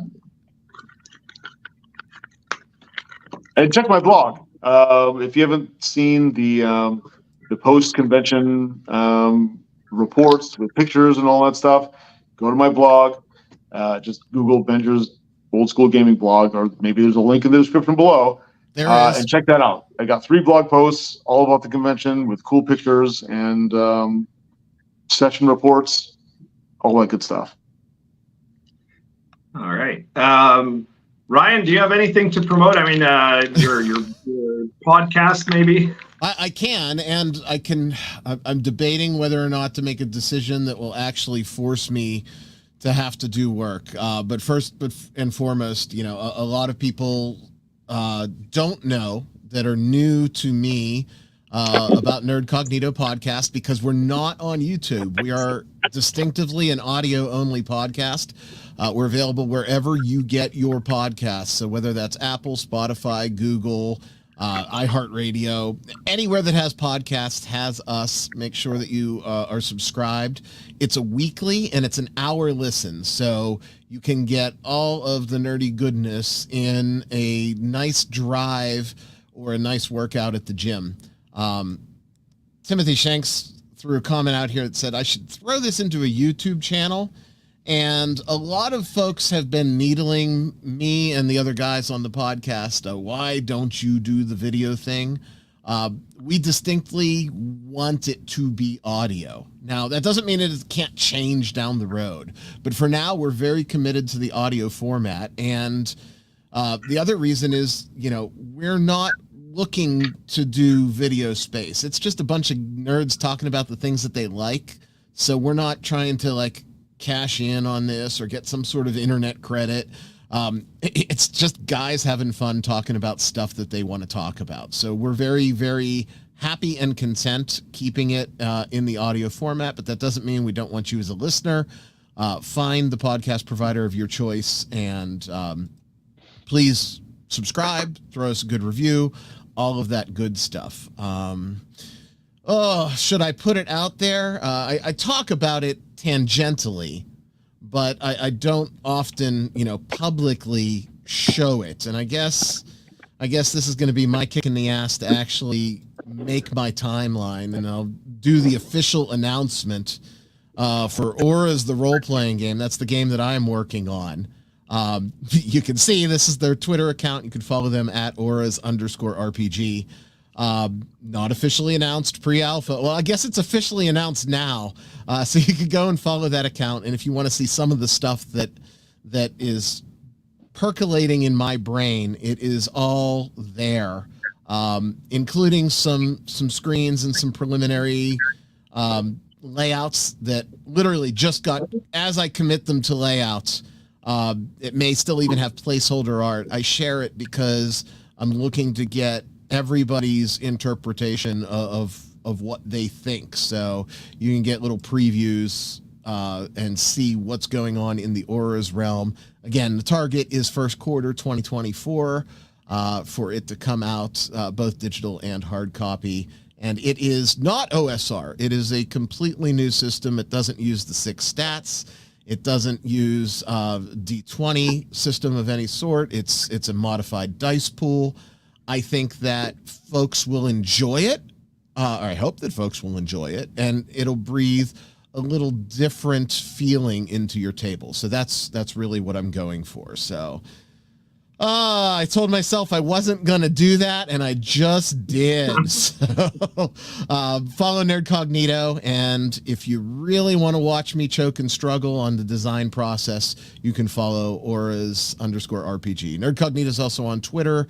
If we ever live stream, and we did yesterday just as a one-off for fun, shits and giggles, we stream it to Twitter, again, because we're not looking to come into the YouTube space at this point in time. Right. So that's cutting edge. You're now one of the X-Men. Oh, well, maybe. I've done a video on Twitter. I'm planning to at some point, but I haven't yet. Well, we can make that happen. We'll talk when we get off the air tonight. So Hey, Venger's back. Yes, I just came back to say goodbye. Oh, it's that time. It's that time. I gotta go. Yeah. It's that time. But hey, great first show, both of yous. Let's do it again next month. All right. Well, I hope so. All right. Cool. All right. See you, Venger. Venger out. All right, and thanks for everybody for watching us and stuff. And buy Chalt, because I need to get those. I need to get those books out of my basement, man. I need them out. I need them. Okay, bye. A reminder to our audience: if you want Benton to be allowed to stay up later, be sure to support us on Patreon. We still haven't reached the critical mass, which will allow him to negotiate an extra 15 minutes. So, all right, some comments here from the chat. The Edgelord says, "I like the Sword and Caravan line so far." Timothy Shank says, "Old Man of the Mountain." Steambup says, "Assassin class, aka that guy class." Lol. Yeah, well, there's a reason why I didn't include the assassin as a class in Sword and Caravan, right? But then I had so many people demanding it that I finally said, okay, well, I'll put it in. I'll put it in Heroes and Villains because but it's still basically a class that's probably like a responsible DM would probably only use it for NPCs, like if you wanted to stat out assassins rather than letting players do it. But I guess that might vary depending on your campaign. Surly Unicorn says, meeting the Mongols didn't turn out too well for the assassins and a lot of other people. Yeah, that's true. And in Sword and Caravan, you can run a campaign that, if you want, can the area, the timeline the campaign covers is everywhere from the Third Crusade. So you can go with Richard the Lionheart to rescue the Holy Land, all the way to the Mongol invasion, which is about 30 years later, right? So it's got a campaign span of about 30 years, and you could theoretically start at one point and end at the other. Eric C. says, my birthday is in 5 days. Happy birthday. My money from that is going to go to buy books from that you guys wrote. All right, thank you. Let's see here. Climbing That Mountain says, I'll buy more when there's an online place to play, Pundit. Until then, you're just marketing to completion as well. I believe that a lot of OSR people still play in person, first of all. But second, I'm running a Sword and Caravan campaign online where we're just using Google Meetups or Google whatever, Google Chat to use it. And other people have used other stuff. I don't have there isn't Lion and Dragon stat support on Roll20 or whatever, but you're never going to get that from me because I don't even know what that is, right? There's no chance, right? Remember, me and Venger are both guys that need a third person just to make this show happen, right? There's none of us know anything about this stuff. So yeah, unfortunately, obviously, you're probably not going to buy more from me. I'm sorry to hear it, but I would suggest that as long as you could do it on Zoom, for Christ's sake. You can do it anywhere, right? You don't actually need some kind of program to run it, right? And I don't know about the rest of you guys. Maybe this is really weird of me or something, but people say, well, what about die rolling? Well, there's a little thing you can add, I guess, to Google Meetups where you can generate a die roll. But in my campaign, I don't demand that of my players. Some of them do it for convenience because they don't have dice handy, but I'm just going to trust that everybody at the table is an adult. So if they tell me they rolled a 20, I'm going to just believe they rolled a 20, I was going to say, what's wrong with doing this? There it is. Some people do that too, right? Where they'll roll and then show you the die. But I mean, I guess it depends on picking a good group too, right? You know what I always say, gatekeeping is good, and that's part of it, right? You have to pick the right people. Yeah, that's right. It's your table. The Edge Lord says, I use Lion and Dragon for crime and punishment in all of my coming games. Yeah, I guess you mean that there's in Lion and Dragon, one of the appendixes is a mechanic for that basically lists all the different things that were crimes in the Middle Ages and has a mechanic for determining if you get accused of one, whether you get off or you suffer a punishment and what kind of punishment it is. Let me see here. Zach Sanders says Sword and Caravan is great as well. Thank you. L says, no wonder I could never find Ryan's YouTube. I don't do podcasts. Well, I was going to comment, right? My channel on YouTube is basically like a podcast, right? It's usually pointing at a book, or and meatball. And talking. And occasionally, the only reason anyone would actually look at the video is to catch the meatball sighting, right? Which happens sometimes, but not every time. That's the only reason anyone would actually look at the screen during one of my shows. But there we go. So it's kind of ironic that I don't have a podcast. I only do it on YouTube. Well, I mean, I've got YouTube, BitChute, and Odyssey. They're cloned. My channels are cloned on those other two, just in case, Keon Cobra's asking, is there a preferred way that one could run Lion and Dragon in Foundry? Because it's real hard to get a real life table for the games that you want to play.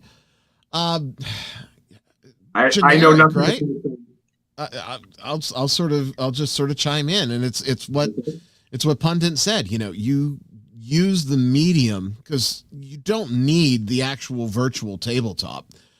You just use the medium as a way of getting together, and it's online is icky, but some gaming and online gaming is better than no gaming. So I hear where you're coming from. You just got to find a way that works. Discord, Google Meet, a way to put face to face to face instead of token to token, which is what they want you to play like. We still want this to be as much of a social game as it is a tactical war game or role playing or telling stories. So whatever method works for you, just if you have the right group, it will work. What else do we have here that's good? Timothy Shank asks, why don't you start an hour earlier so Venger can stay up later? Well, I don't think it works that way.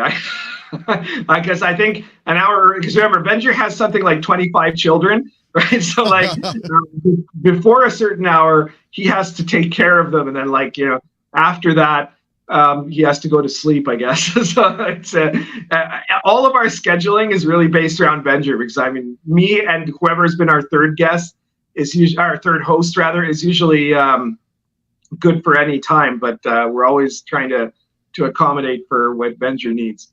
And really, Venger and I were talking about this before we went live tonight. The 3, 4, 5 hour marathon streams, God bless the guys that do them, but I can't do that, man. I think the sweet spot for a video stream is right around 90 minutes. So we're hitting a home run tonight. Yeah. Elle says Ryan will have to make shorts for ads of Pundit and Venger products on the Inappropriate Characters channel now. Climbing That Mountain says Discord, Pundit. There needs to be a Discord. That's where Americans go to play RPGs. I've never been able to understand Discord either. I'm so sorry.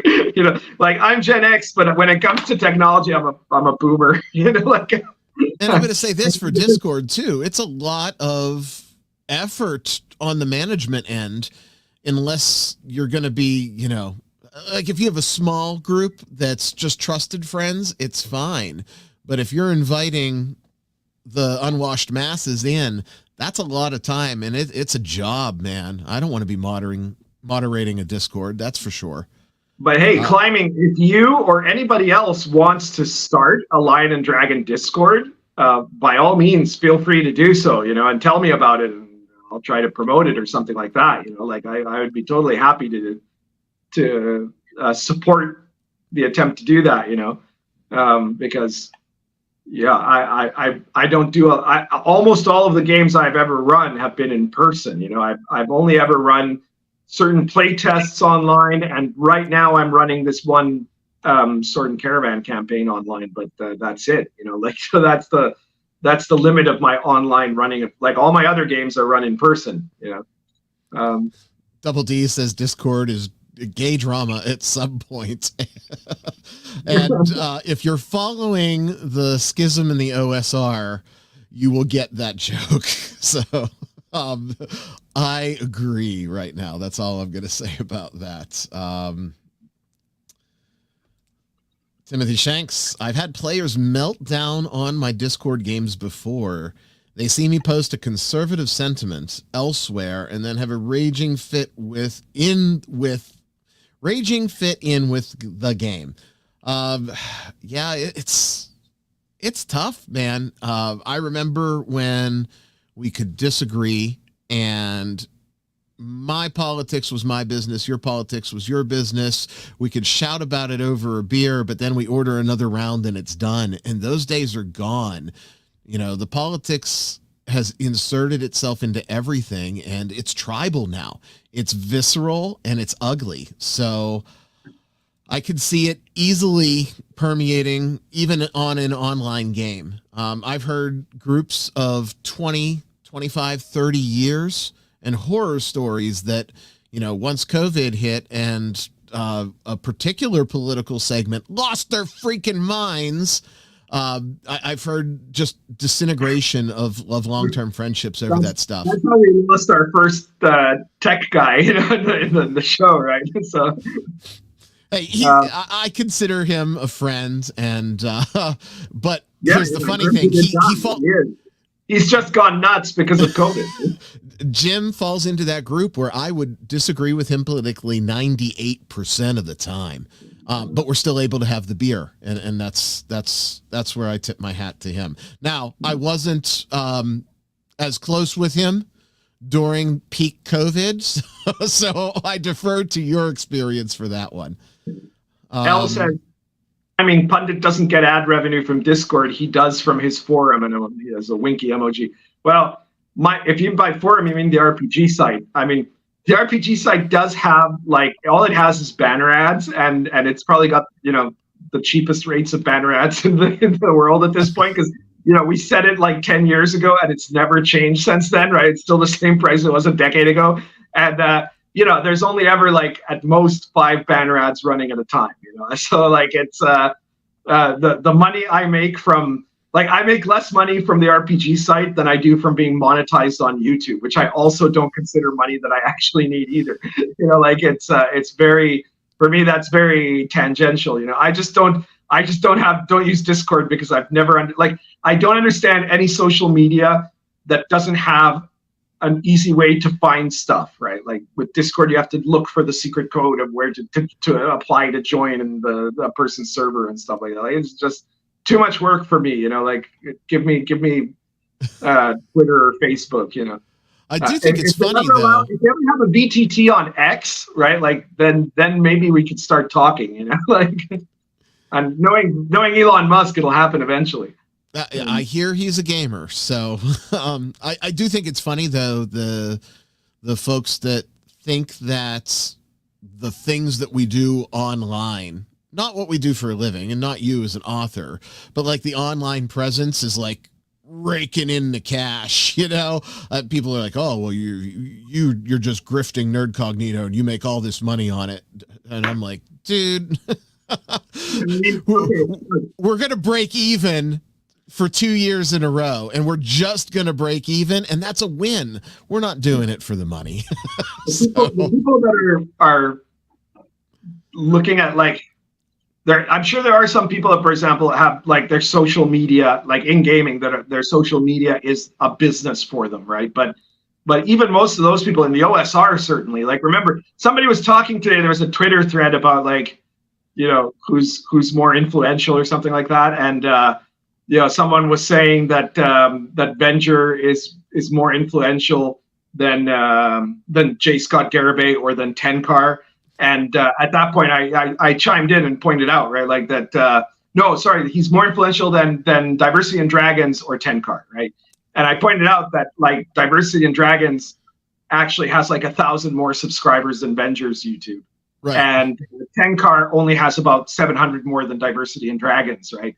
And then I pointed out that I have more than all 3 of them put together. Right? So, and I know how much I make in ad revenue, and they can't be making more than that in ad revenue, and it's completely negligible, right? Like, now I'm not going to deny that there's a business aspect to having social media for me, but that's because I write RPGs, right? And every time I put out a YouTube video, I get a spike in RPG sales because people watch my video, they like it, I talk about my books, they buy my books, right? That's the way I'm making money.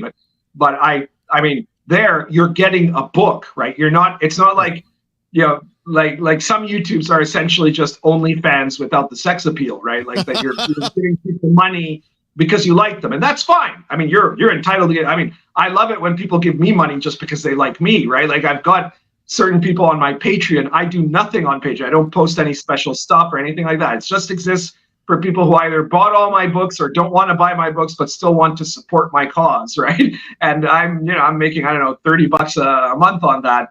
Like I have almost since the day I opened it. It hasn't gotten much bigger, but it's never gotten any smaller either, right? And that's great. But there's a difference between that and buying something that you'll actually be able to use. If you're a gamer, even if you don't run like something like Lion and Dragon or Sword and Caravan, as some people are commenting here, there's a ton of stuff. Because the OSR is intercompatible, you could rip off so much stuff there. The monsters, the magic items, random tables, character class stuff, magic stuff, all of that. You can like just port it into your Labyrinth Lord game or whatever, right? Like, so, all of my books, I make a point of making them super useful, and that's where, all the vast bulk of my income is from book sales, right? And that's why I do the other stuff Partly because I like I used to have a blog. I never made any money off my blog, right? But I do all that because I like to be able to comment on RPGs. It's something that is just part of the style. But I also do it because that's a way to draw attention to my products. Of course, I'm not going to deny that, and there's nothing wrong with it, right? I even took a page out of that this year when we were fundraising just to pay the hosting bills for the podcast, right? I said, I want you to take something away from it. So part of our fundraising for Nerd Cognito to air for another year was, instead of just giving money and watching it evaporate, we printed up a Sparkle Troll t-shirt, right? And I made a joke. I said, you could buy this overpriced t-shirt. And some of the folks in the chat have, and I'm truly thankful for that, because that helps us limp along for another year. But yeah, it's amazing, the perception versus the reality that's out there. Trust me, we're not doing this for anything other than love of what we do. And like Pundit said, to sell his books, but that's his bread and butter. That's his livelihood.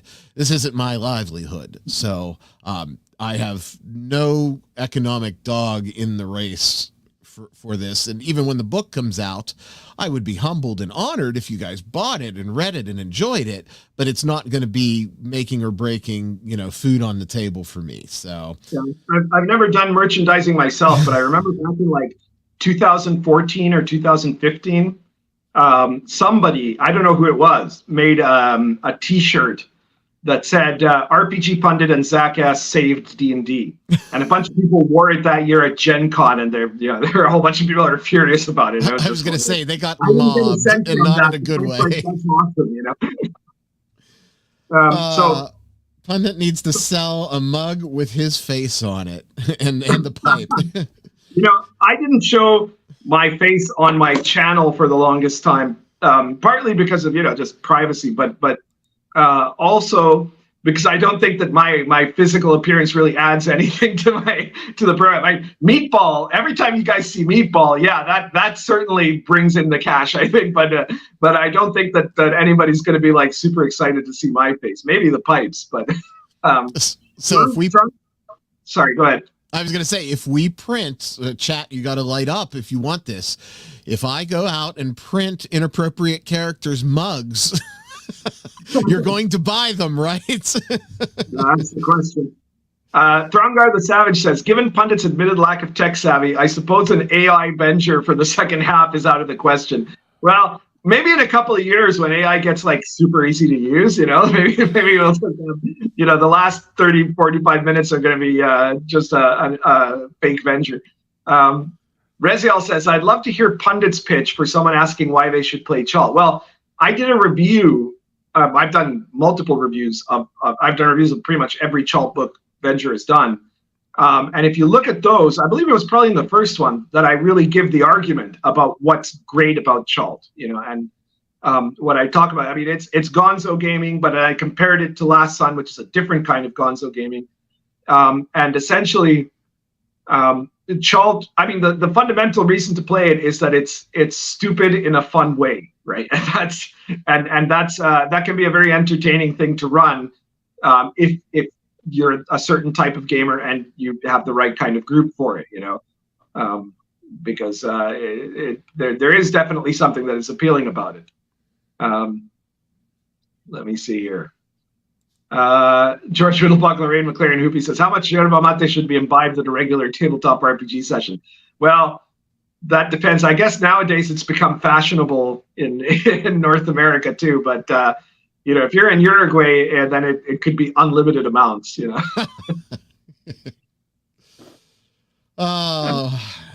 Edward says, hell, Pundit called me the C word and I still like him. Well, that's good. That means you've got character, you got to, there are people that have said things about me that I still can say, that I can either like or admire. I still say that the Basic Experts YouTube channel is a good channel, even though we've had certain issues and there's been certain dramatics from one side there.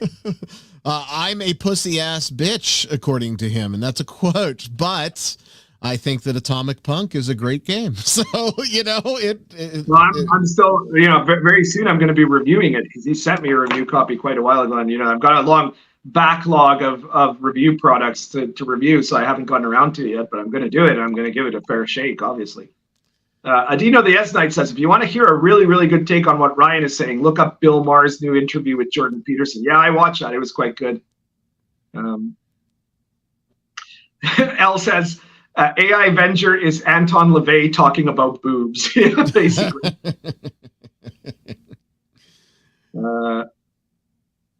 Reziel says, Ryan, teach Pundit to use StreamYard so he can monetize some chats. Hey, we gotta take this one step at a time, right? I've got to make sure that I don't melt down running the stream first, and then baby steps. Yeah. So if you guys want to see us talk about anything in particular next month, be sure to engage on both the YouTube community for the Inappropriate Characters channel.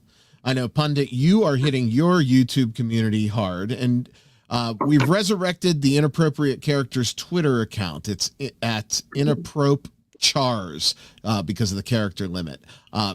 You probably are not following that because it was not being used previously. Make sure you follow that so that if you guys have ideas and things that you want to see Pundit and Venger and maybe even me talk about down the road, you can get that to us. Obviously, the more lines of communication you have, the more likely we are to see it and put it up the flagpole and see if we're going to salute.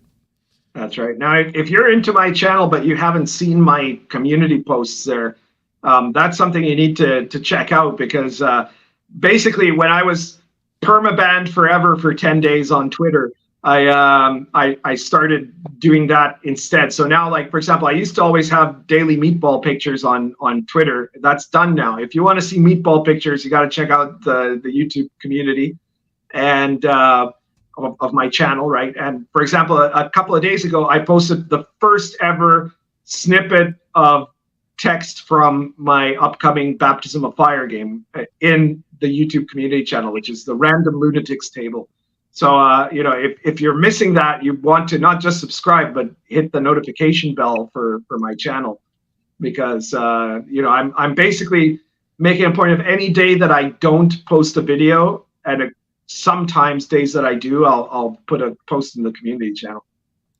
So yeah, I've decided that I was underutilizing YouTube, but I don't want to do like, you know, I don't want to turn into the quartering and do 6 videos a day or something like that. You know, that's never going to happen, you know, that's because exhausting. Then you get quality. Yeah. And you get a decline in quality. The videos just aren't as good. Right. So, so I'm still doing, I'm doing more or less the same range of videos that I used to do, but I'm doing some more shorts and some more community posts to add more content there. Adina Yesnight says Discord is not the place to play online. Someone could give you false witness to Discord and you find yourself banned. Yeah, that's true. They are not. Well, they're not terribly conservative. So, I am in agreement. Don't forget the coffee brand coffee. Yeah, we could brand anything. The key is anyone going to buy it? That's the question. So Elfers says, Pundit, you need to turn on members, super thanks, and live stream for super chats.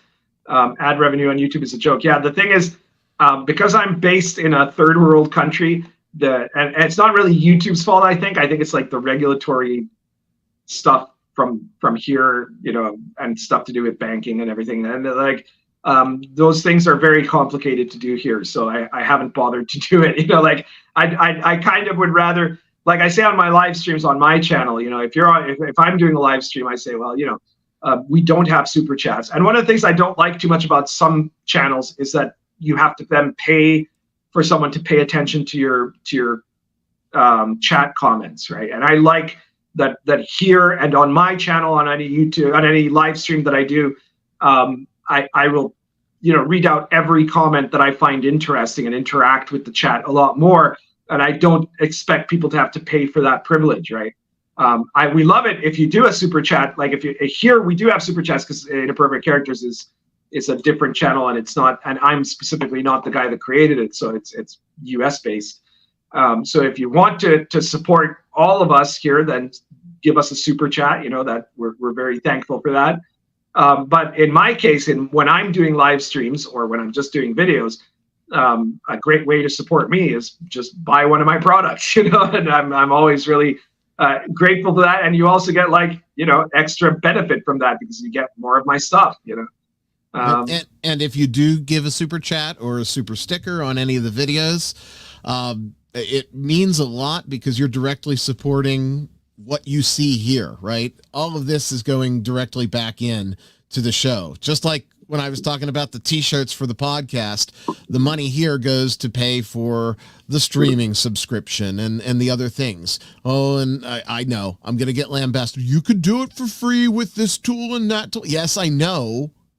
But I'm also one human being, and there has to be a level of convenience in it as well. Yeah. Notice that today is the first time ever in Inappropriate history, in years of us doing this show, that we actually started without a hitch. And the reason is that both Grim and Job used free versions of stuff to do their live streaming, right? And Ryan said, screw that, we're getting StreamYard, and it worked, unlike the other ones, and there was no hassle at all. Like before the show started, he wasn't running around, moving cables like Joe and Venger was trying to figure out how to get the audio right or any of that, And I can't tell you how truly thankful I am. About 25 of our fans stepped up and ponied up a little bit of scratch to get us started on the way, and it really does make a difference because that it made tonight go off without a hitch, which is something I was worried about, right? Oh, I'm the tech guy coming in here.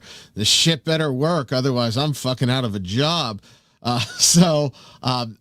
Everyone that supported the channel, that supported the one video that I put out after my announcement that said, hey, we certainly appreciate it. Those of you that made donations or gave a super thanks, we are truly humbled and appreciate that. So that thing Shadow asks, no join option yet on the channel. I don't know what that is. Like memberships. That's for memberships, and I could turn it on. The thing is, I don't have something, and I don't think listen to me, I'm so used to the one-man show. We don't have something that we could offer beyond, at least at this point. Now I have ideas, right? Maybe if, there's 3 other weeks in a month, Pundit does a video, Venger does a video, I do a video, one extra video, maybe a 20-minute short, and we offer that for members only, then I'm more comfortable turning that on. But right now, it would just be giving money for nothing, and it doesn't sit right, If you want to donate, please send the super chat, send the super thanks. We appreciate those. Down the road, a membership's not out of the question, but I want you to get something for it, if that makes sense. Yeah. George Riddlebuckler, Ian McClaren, Hoopy asked when we're going to have Zach S. or Mark Ryan Hagen on the show. Well, I would not be opposed to having either of them. I'm not sure if they would want to be on here. He also says the RPG Pundit's Private Reserve Perique and Latakia blend. Well, that is pretty much the type of tobaccos I smoke. So, Judd Goswick asks, could Pundit do pipe endorsements? I'm not sure about that because I'm pretty sure that there's a lot of places where advertising, tobacco-related products might have certain restrictions. Also, I'm not sure if any pipe company would actually want to do an endorsement with me.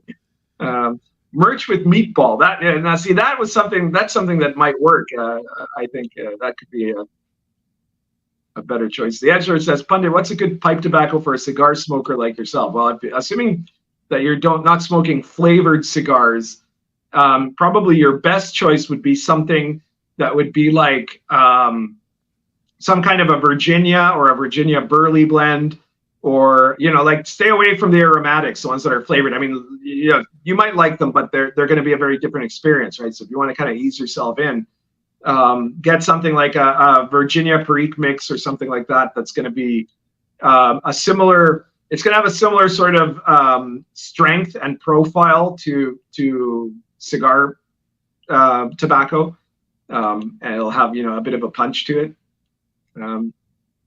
Let's see, what else have we got here? Don't forget Tepley, best episode yet for quality. Well, thank you. That means a lot, and we want to produce something that's very different, right? I have a different style than my two predecessors, and I know that. So why not have the different look and the different feel too? Everybody has something unique that they bring to the table, and my two predecessors brought stuff to the table that I don't have. So we're going to fill in the gaps and make it work. Al says if EVS did a cover for Pundit, the left would explode. Yeah, or if I did a game for EVS. Death Angel Shaw's gotta get channel memberships. Ryan's at least 3 tiers: $2.99, $4.99, $9.99.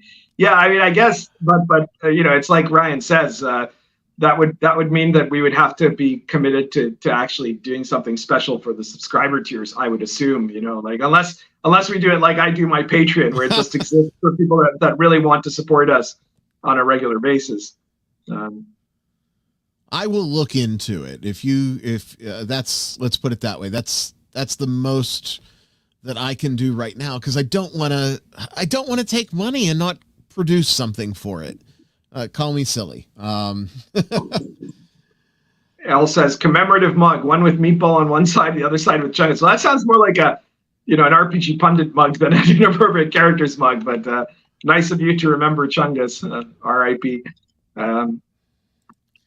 I guess I gotta start pumping Zeus a little more, because Meatball's getting all the love tonight. So my Nerdcognito peeps know who Zeus is. It's really funny because in my channel, back when Meatball's sister was alive, Chungus was the star, right? Because she was this very fat, very large kitty, right?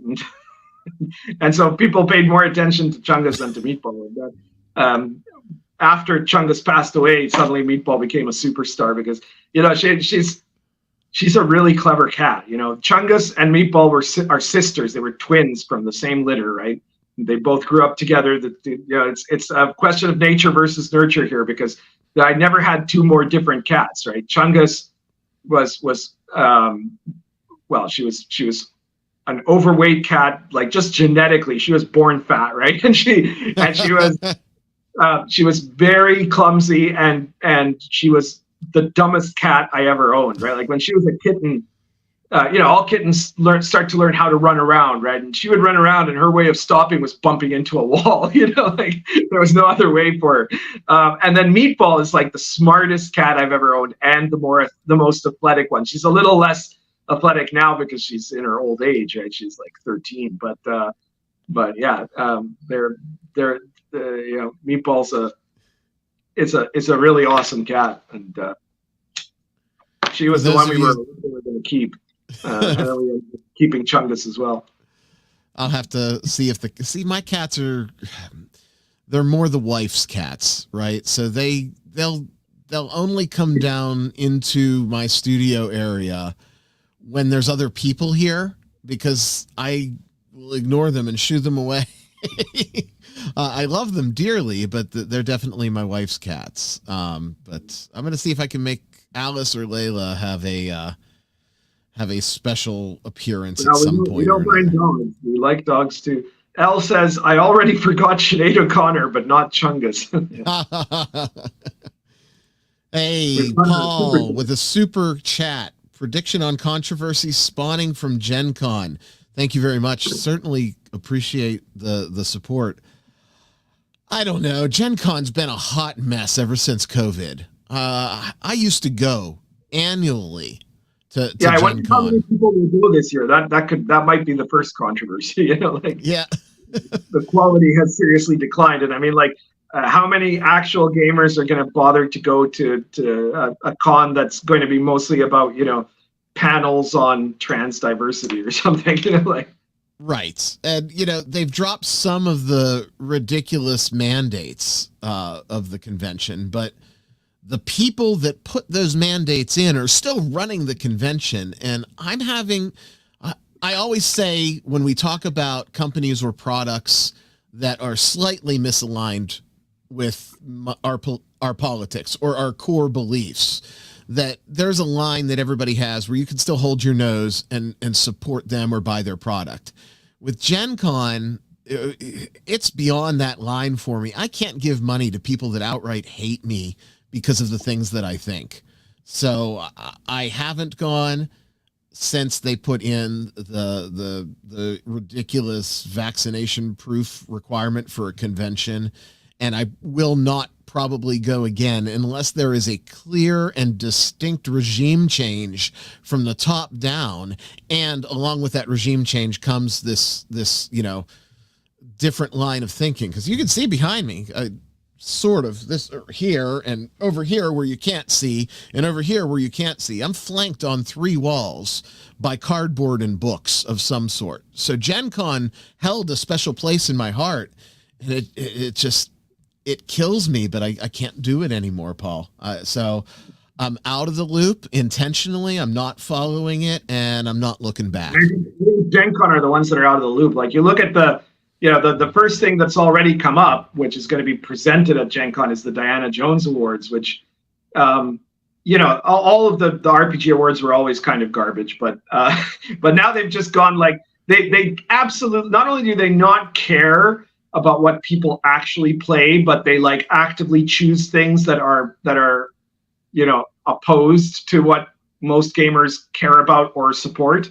So like, the Diana Jones Awards this time went to Linda Codega, who is a writer for Gizmodo, who's like just this worthless, like a typical journalist these days, that they claimed that she was the mastermind that took down the OGL 1.1 or whatever, and that's complete bullshit, right? Like, she like all of these guys, they were just being, all the journalists are just being reactive. It had, there was no protagonism there.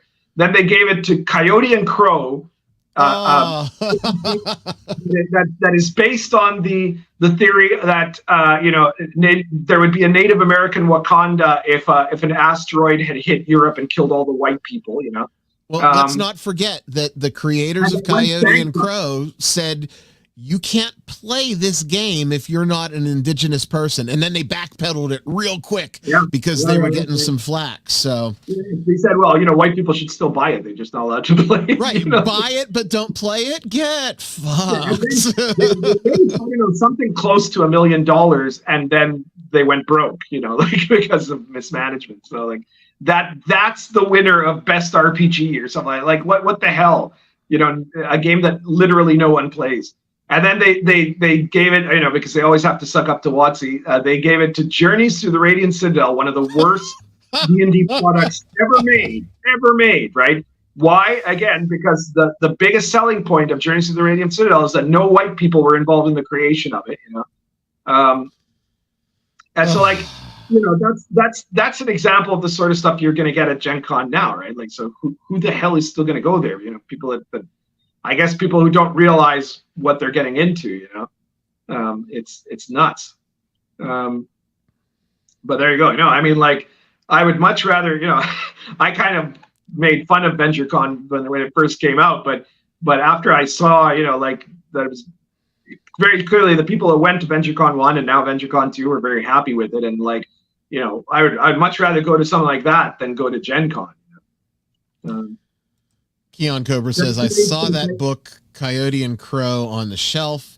I thought it could be adapted to Shadowrun. I have an interesting story about Coyote and Crow, because as a premise, it's not terrible, right? Before they tipped their political hand, one of my co-hosts, who is very, I'll play anything, I'm middle of the road, I don't want to rock the boat.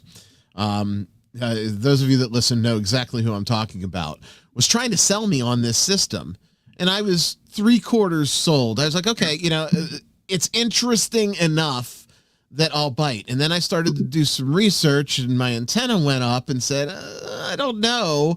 And as it was in my shopping cart is when the announcement that said, if you're white, don't play our game came out, and whoop, out of the cart, instant. And it's amazing. Can't fathom that happening, that if you tell someone that you don't want them to play their game, they're not going to buy your freaking game. So, Jack TH says, I think the latest drive-through RPG controversy is going to be enough. I'm not sure. Do you mean, like, I think they recently made an announcement that they're not allowing AI art or something like that? They revised their AI art policy, and it's not earth-shattering. They just really cleaned up the legal language. It hasn't changed. DM's you Guild. Can still make products with AI art in it. Okay. You just can't sell AI art as independent assets, which is very similar to where it was before. I know I'm going to be odd man out here, but I don't have a problem with AI arts. You know? No, neither do I. I think it's. I think the people who have a problem with it are mediocre artists for the most part, because they know that the jig is up for them. You know. Right. And it's all based on a model of previous art. And if you're going to have a problem with AI art, then you better be going to your local museum and kicking out every art school student that's looking for inspiration. So yeah, exactly. It's exactly the same thing. Paul Bacleda says the big draw this year, I guess, at Gen Con is the Latine Lounge. It's a lot like the last year's segregated area for people of colors creators that had the predictable effect of limiting traffic for game producers. Well, you know, I would just walk in, because I would go to the Latine Lounge if I went to Gen Con, and everybody would lose their shit. You know. Hey, fuck that. You can identify as whatever you want, right? So why not go to the Latine? Today, I am a pretty senorita. I'm going in. So, what else do we got? Surly Unicorn. Well, as a white man, I can't role play as another group anyway, so I'll respect the... Yes, you can! You can, Unicorn! You can be whatever you... Go be whatever you want. Be whatever hue of brown suits you today. Yeah, pretty much. L says, Ryan, isn't 50% or more of an RPG Kickstarter that costs art? Yeah, art is one of the most... You know, I don't do Kickstarters, but all of my publishers are very clear. You know, their crisis is always what type of art to get. And of course, for my, given that a lot of my products are historically authentic products, my publishers are happy on the fact that they can use a whole bunch of medieval art, or historical art, without it looking stupid, right? Because it's completely topical, right? So that is for them, it's a huge drawing point that I continue to do historically centered products, But yeah, it's an enormous cost because art is priced, I think, disproportionately. So that's part of the thing, right? AI art is going to make it a lot cheaper to publish. Every piece of art, and AI art is an art in and of itself. Every piece of art in Auras, if you went and looked at it, is AI generated, but it's not going out and subscribing to Midjourney and typing in the prompt. It's using, without getting super technical, it's a stable diffusion model that's running in the closet over there on another computer that I trained the model and I told it what I want it to do. So that's why every piece of art in there is consistent and looks the same. That was not an easy feat. There was a lot of time, love, and effort that went into that, just like there's a lot of time, love, and effort that goes into traditional art. So while I didn't ink it, I certainly built the bones that generated it. And I take exception to that. I started doing this, and before the whole AI art controversy bubbled up, and then the controversy came, and I go, fuck, that's my book. But I'm sticking with it because I said, I'm going to do this. It's going to be unique. It's going to be my own style that's on my own AI model, and no one's going to be able to replicate it, including these services. So we'll see. We'll see. Certainly Unicorn says, although those hands are nightmare fuel. I've always thought that's like one of the things that suddenly makes me a lot less worried about the rise of artificial intelligence, is that that is the most human thing about AI, is that just like humans, they have a lot of trouble drawing hands, or like proportionate legs or stuff like that, right? Like any artist that I'm not an artist, but every artist I know says that's like the hardest stuff to draw, right? It's like hands and feet basically are like super difficult. and AI has the exact same problem. They're like us. There's a place where we have a commonality. So like we'll know that the artificial intelligence has surpassed us, and the singularity is coming the day that AI has no more problems doing hands and feet. Hands, feet, and teeth, and it's been light years just in the last 6 months for the development of that AI art. If I showed you the first pieces that I ran from my model from 6-9 months ago, they're almost laughable compared to what's coming out now. So it's a process like anything else, and we'll get there. And if you as an artist are threatened, I'm sorry, but step up your game or lower your price point. Timothy Shanks says, Pundit's publisher uses AI art, and I've already complained to him about it. I'm not sure which publisher you mean, because like, I don't know. I just recently had a conversation with Mad Scribe about what we're going to do with Baptism Fire. And I brought up, kind of AI art with him, and he was like, oh, I don't know about doing that. I'm not sure. Like he's very reluctant about AI art. So it's obviously not Mad Scribe. I don't know which publisher you mean, because it's also not Spectre Press as far as I know. And my other publishers are from like before the age of AI, and so they're not publishing stuff with me anymore. So unless you mean other products they've made, yeah. Timothy, as far as I know, Mad Scribe doesn't use any AI art, I think. It's all like it's either original stuff or historical artworks. So I mean, unless I've really missed something there, I don't know what AI art he's done. Yeah. As far as I know, there's no AI art in any of the Sword and Caravan line. I could be wrong. Maybe you know something I don't. I don't bother. I wouldn't be bothered if there was, but whatever. I'm not sure, because I think one of the things that could happen with AI art is that you could be like, like Ryan pointed out, right? If you give it the right instructions, it could create a bunch of art that looks like medieval illustrated manuscripts, but aren't, right? Like that are original pieces that would be like really impressive, like, because I don't really want to have my books all have like the typical AI art style. Like you see, you look at Red Room stuff, and they're really good at doing AI art right. Like the artwork itself is good, but you look at it and you kind of know that it's AI art, like it has that particular style. And if I was going to use AI art, I'd want it to be like,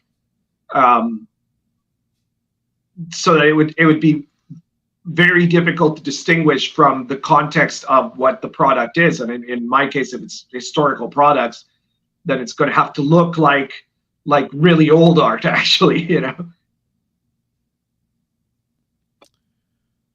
Sinocephalus says, what do you think is a fair price for illustrations in book, like a full page, 1.5 page, and for some of your books?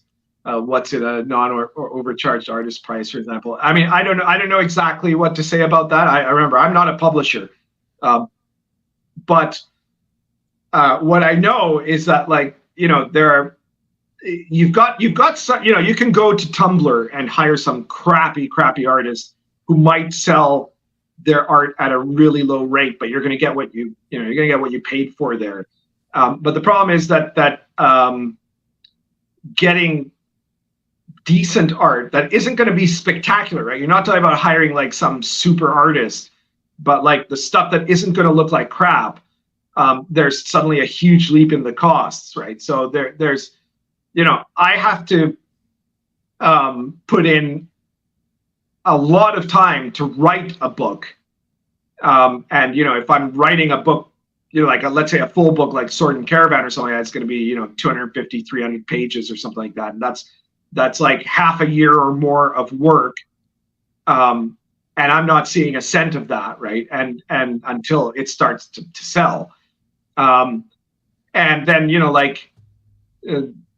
somebody might charge hundreds of dollars for one piece of art in that book, so that's why it's such a big part of the cost, and it's, the thing is that if they're an artist that are doing that for a big corporation, that might be a reasonable thing to charge. If it's a book that's going to have, a print run of tens of thousands of copies or 100,000 copies or whatever, right? Then that gets diffused over the amount of production, right? But when you're talking about small press, it becomes an enormous issue for any small press publisher to be able to afford adequate art, Right. I know a publisher that has done limited amounts of 5e supplements, and they're upside down because of their art, to the tune of $20,000, $30,000.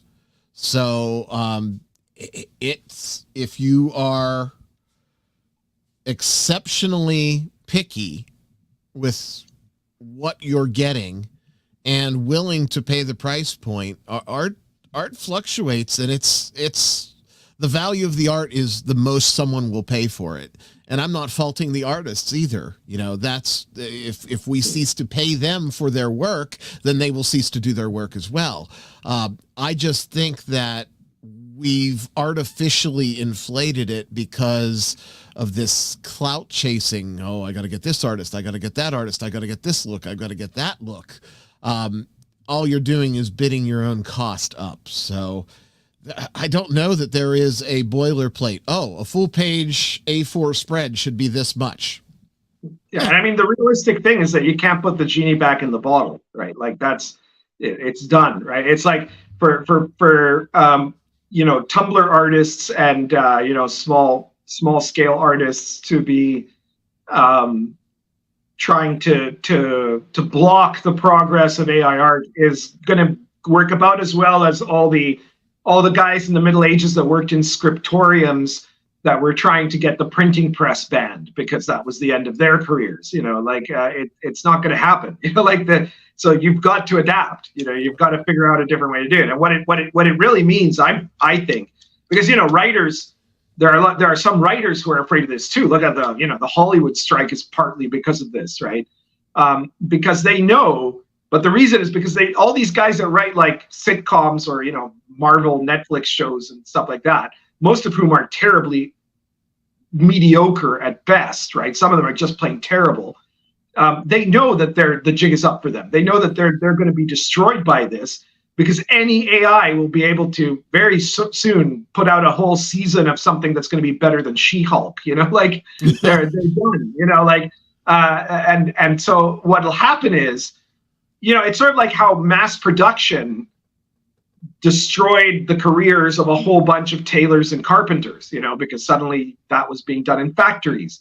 But guess what? The really good tailors and carpenters survived, and getting a bespoke table or chair, or buying a bespoke suit by a really high-end tailor is now a luxury item, right? So what you're going to have is, it's not that's going to be impossible for humans to do. It just means that you've got to be able to offer more than mediocrity in order to make money after this, and so that's why, maybe I'm wrong, maybe this is going to be bad for me too. I don't know.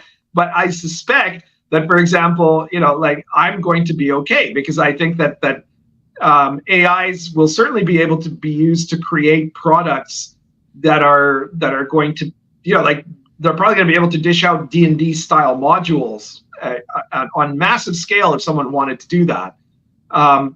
But if you're talking about creating a niche product that requires a particular style and a particular level of investment, a particular level of understanding of the sophistication of design and of the context of the hobby, I'm pretty sure that the sort of stuff I make is going to continue to be something that people are going to want to buy, and that they're not going to be able to get something equivalently good from an AI, So, I'm willing to take that chance. And if I'm wrong, well, then I guess we'll see what I do. But maybe I'll just have to get a career as a YouTube streamer, But I know a guy that can help you build your brand. So yeah, that's right. I don't have to worry about my brand at that point.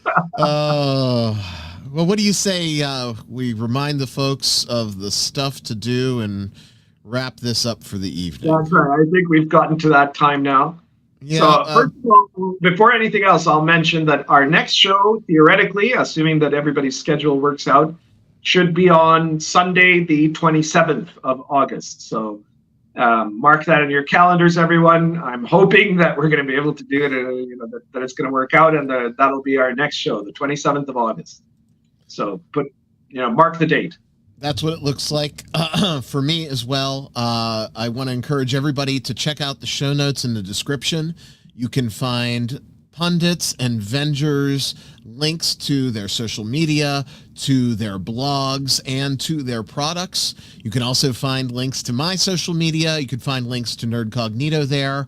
And you can pretty much all points of contact for any of the inappropriate characters are in the description, so check that out. There's also a link if you want to support us without Google taking a cut. We humbly encourage you to do that so that we can continue to bring you good, high-quality, inappropriate stuff. Edgelord coming in right at the wire to pundit from your favorite inappropriate C word. Thank you, Edgelord. So, Edgelord, thank you so much. Much appreciation for all of your support. So next month, I think we're going to generally shoot for the last Sunday of the month, right? Well, what we've been doing so far has been that we do a show every 4 weeks, which means that gradually the period of the month that it's on will shift a little bit. It'll move up until it suddenly gets back down to the bottom again, right? But that's because of mainly because of my own gaming schedule, because there are certain Sundays that I run DCC, so those Sundays I can do it. So I'm doing it because I run every other Sunday. I run a game, right? So every 4 weeks, it's a Sunday where I'm definitely not gaming, and so I can fix the date that way. So we'll have a catch-up week or a shift and an adjustment, but we'll let you know well in advance before that happens. So. Yeah. Anything you want the fine friends that have joined us this evening to know before we say adieu, pundit? No, I guess that's about it. Be sure to check out my channel and again, hit the notification buttons if you want to keep up with my community chats there, and check out all my products, especially Wilderlands, my brand new book. Thanks to everybody for the really wonderful welcome. We will see you on the 27th. Thanks a lot. See you then, guys.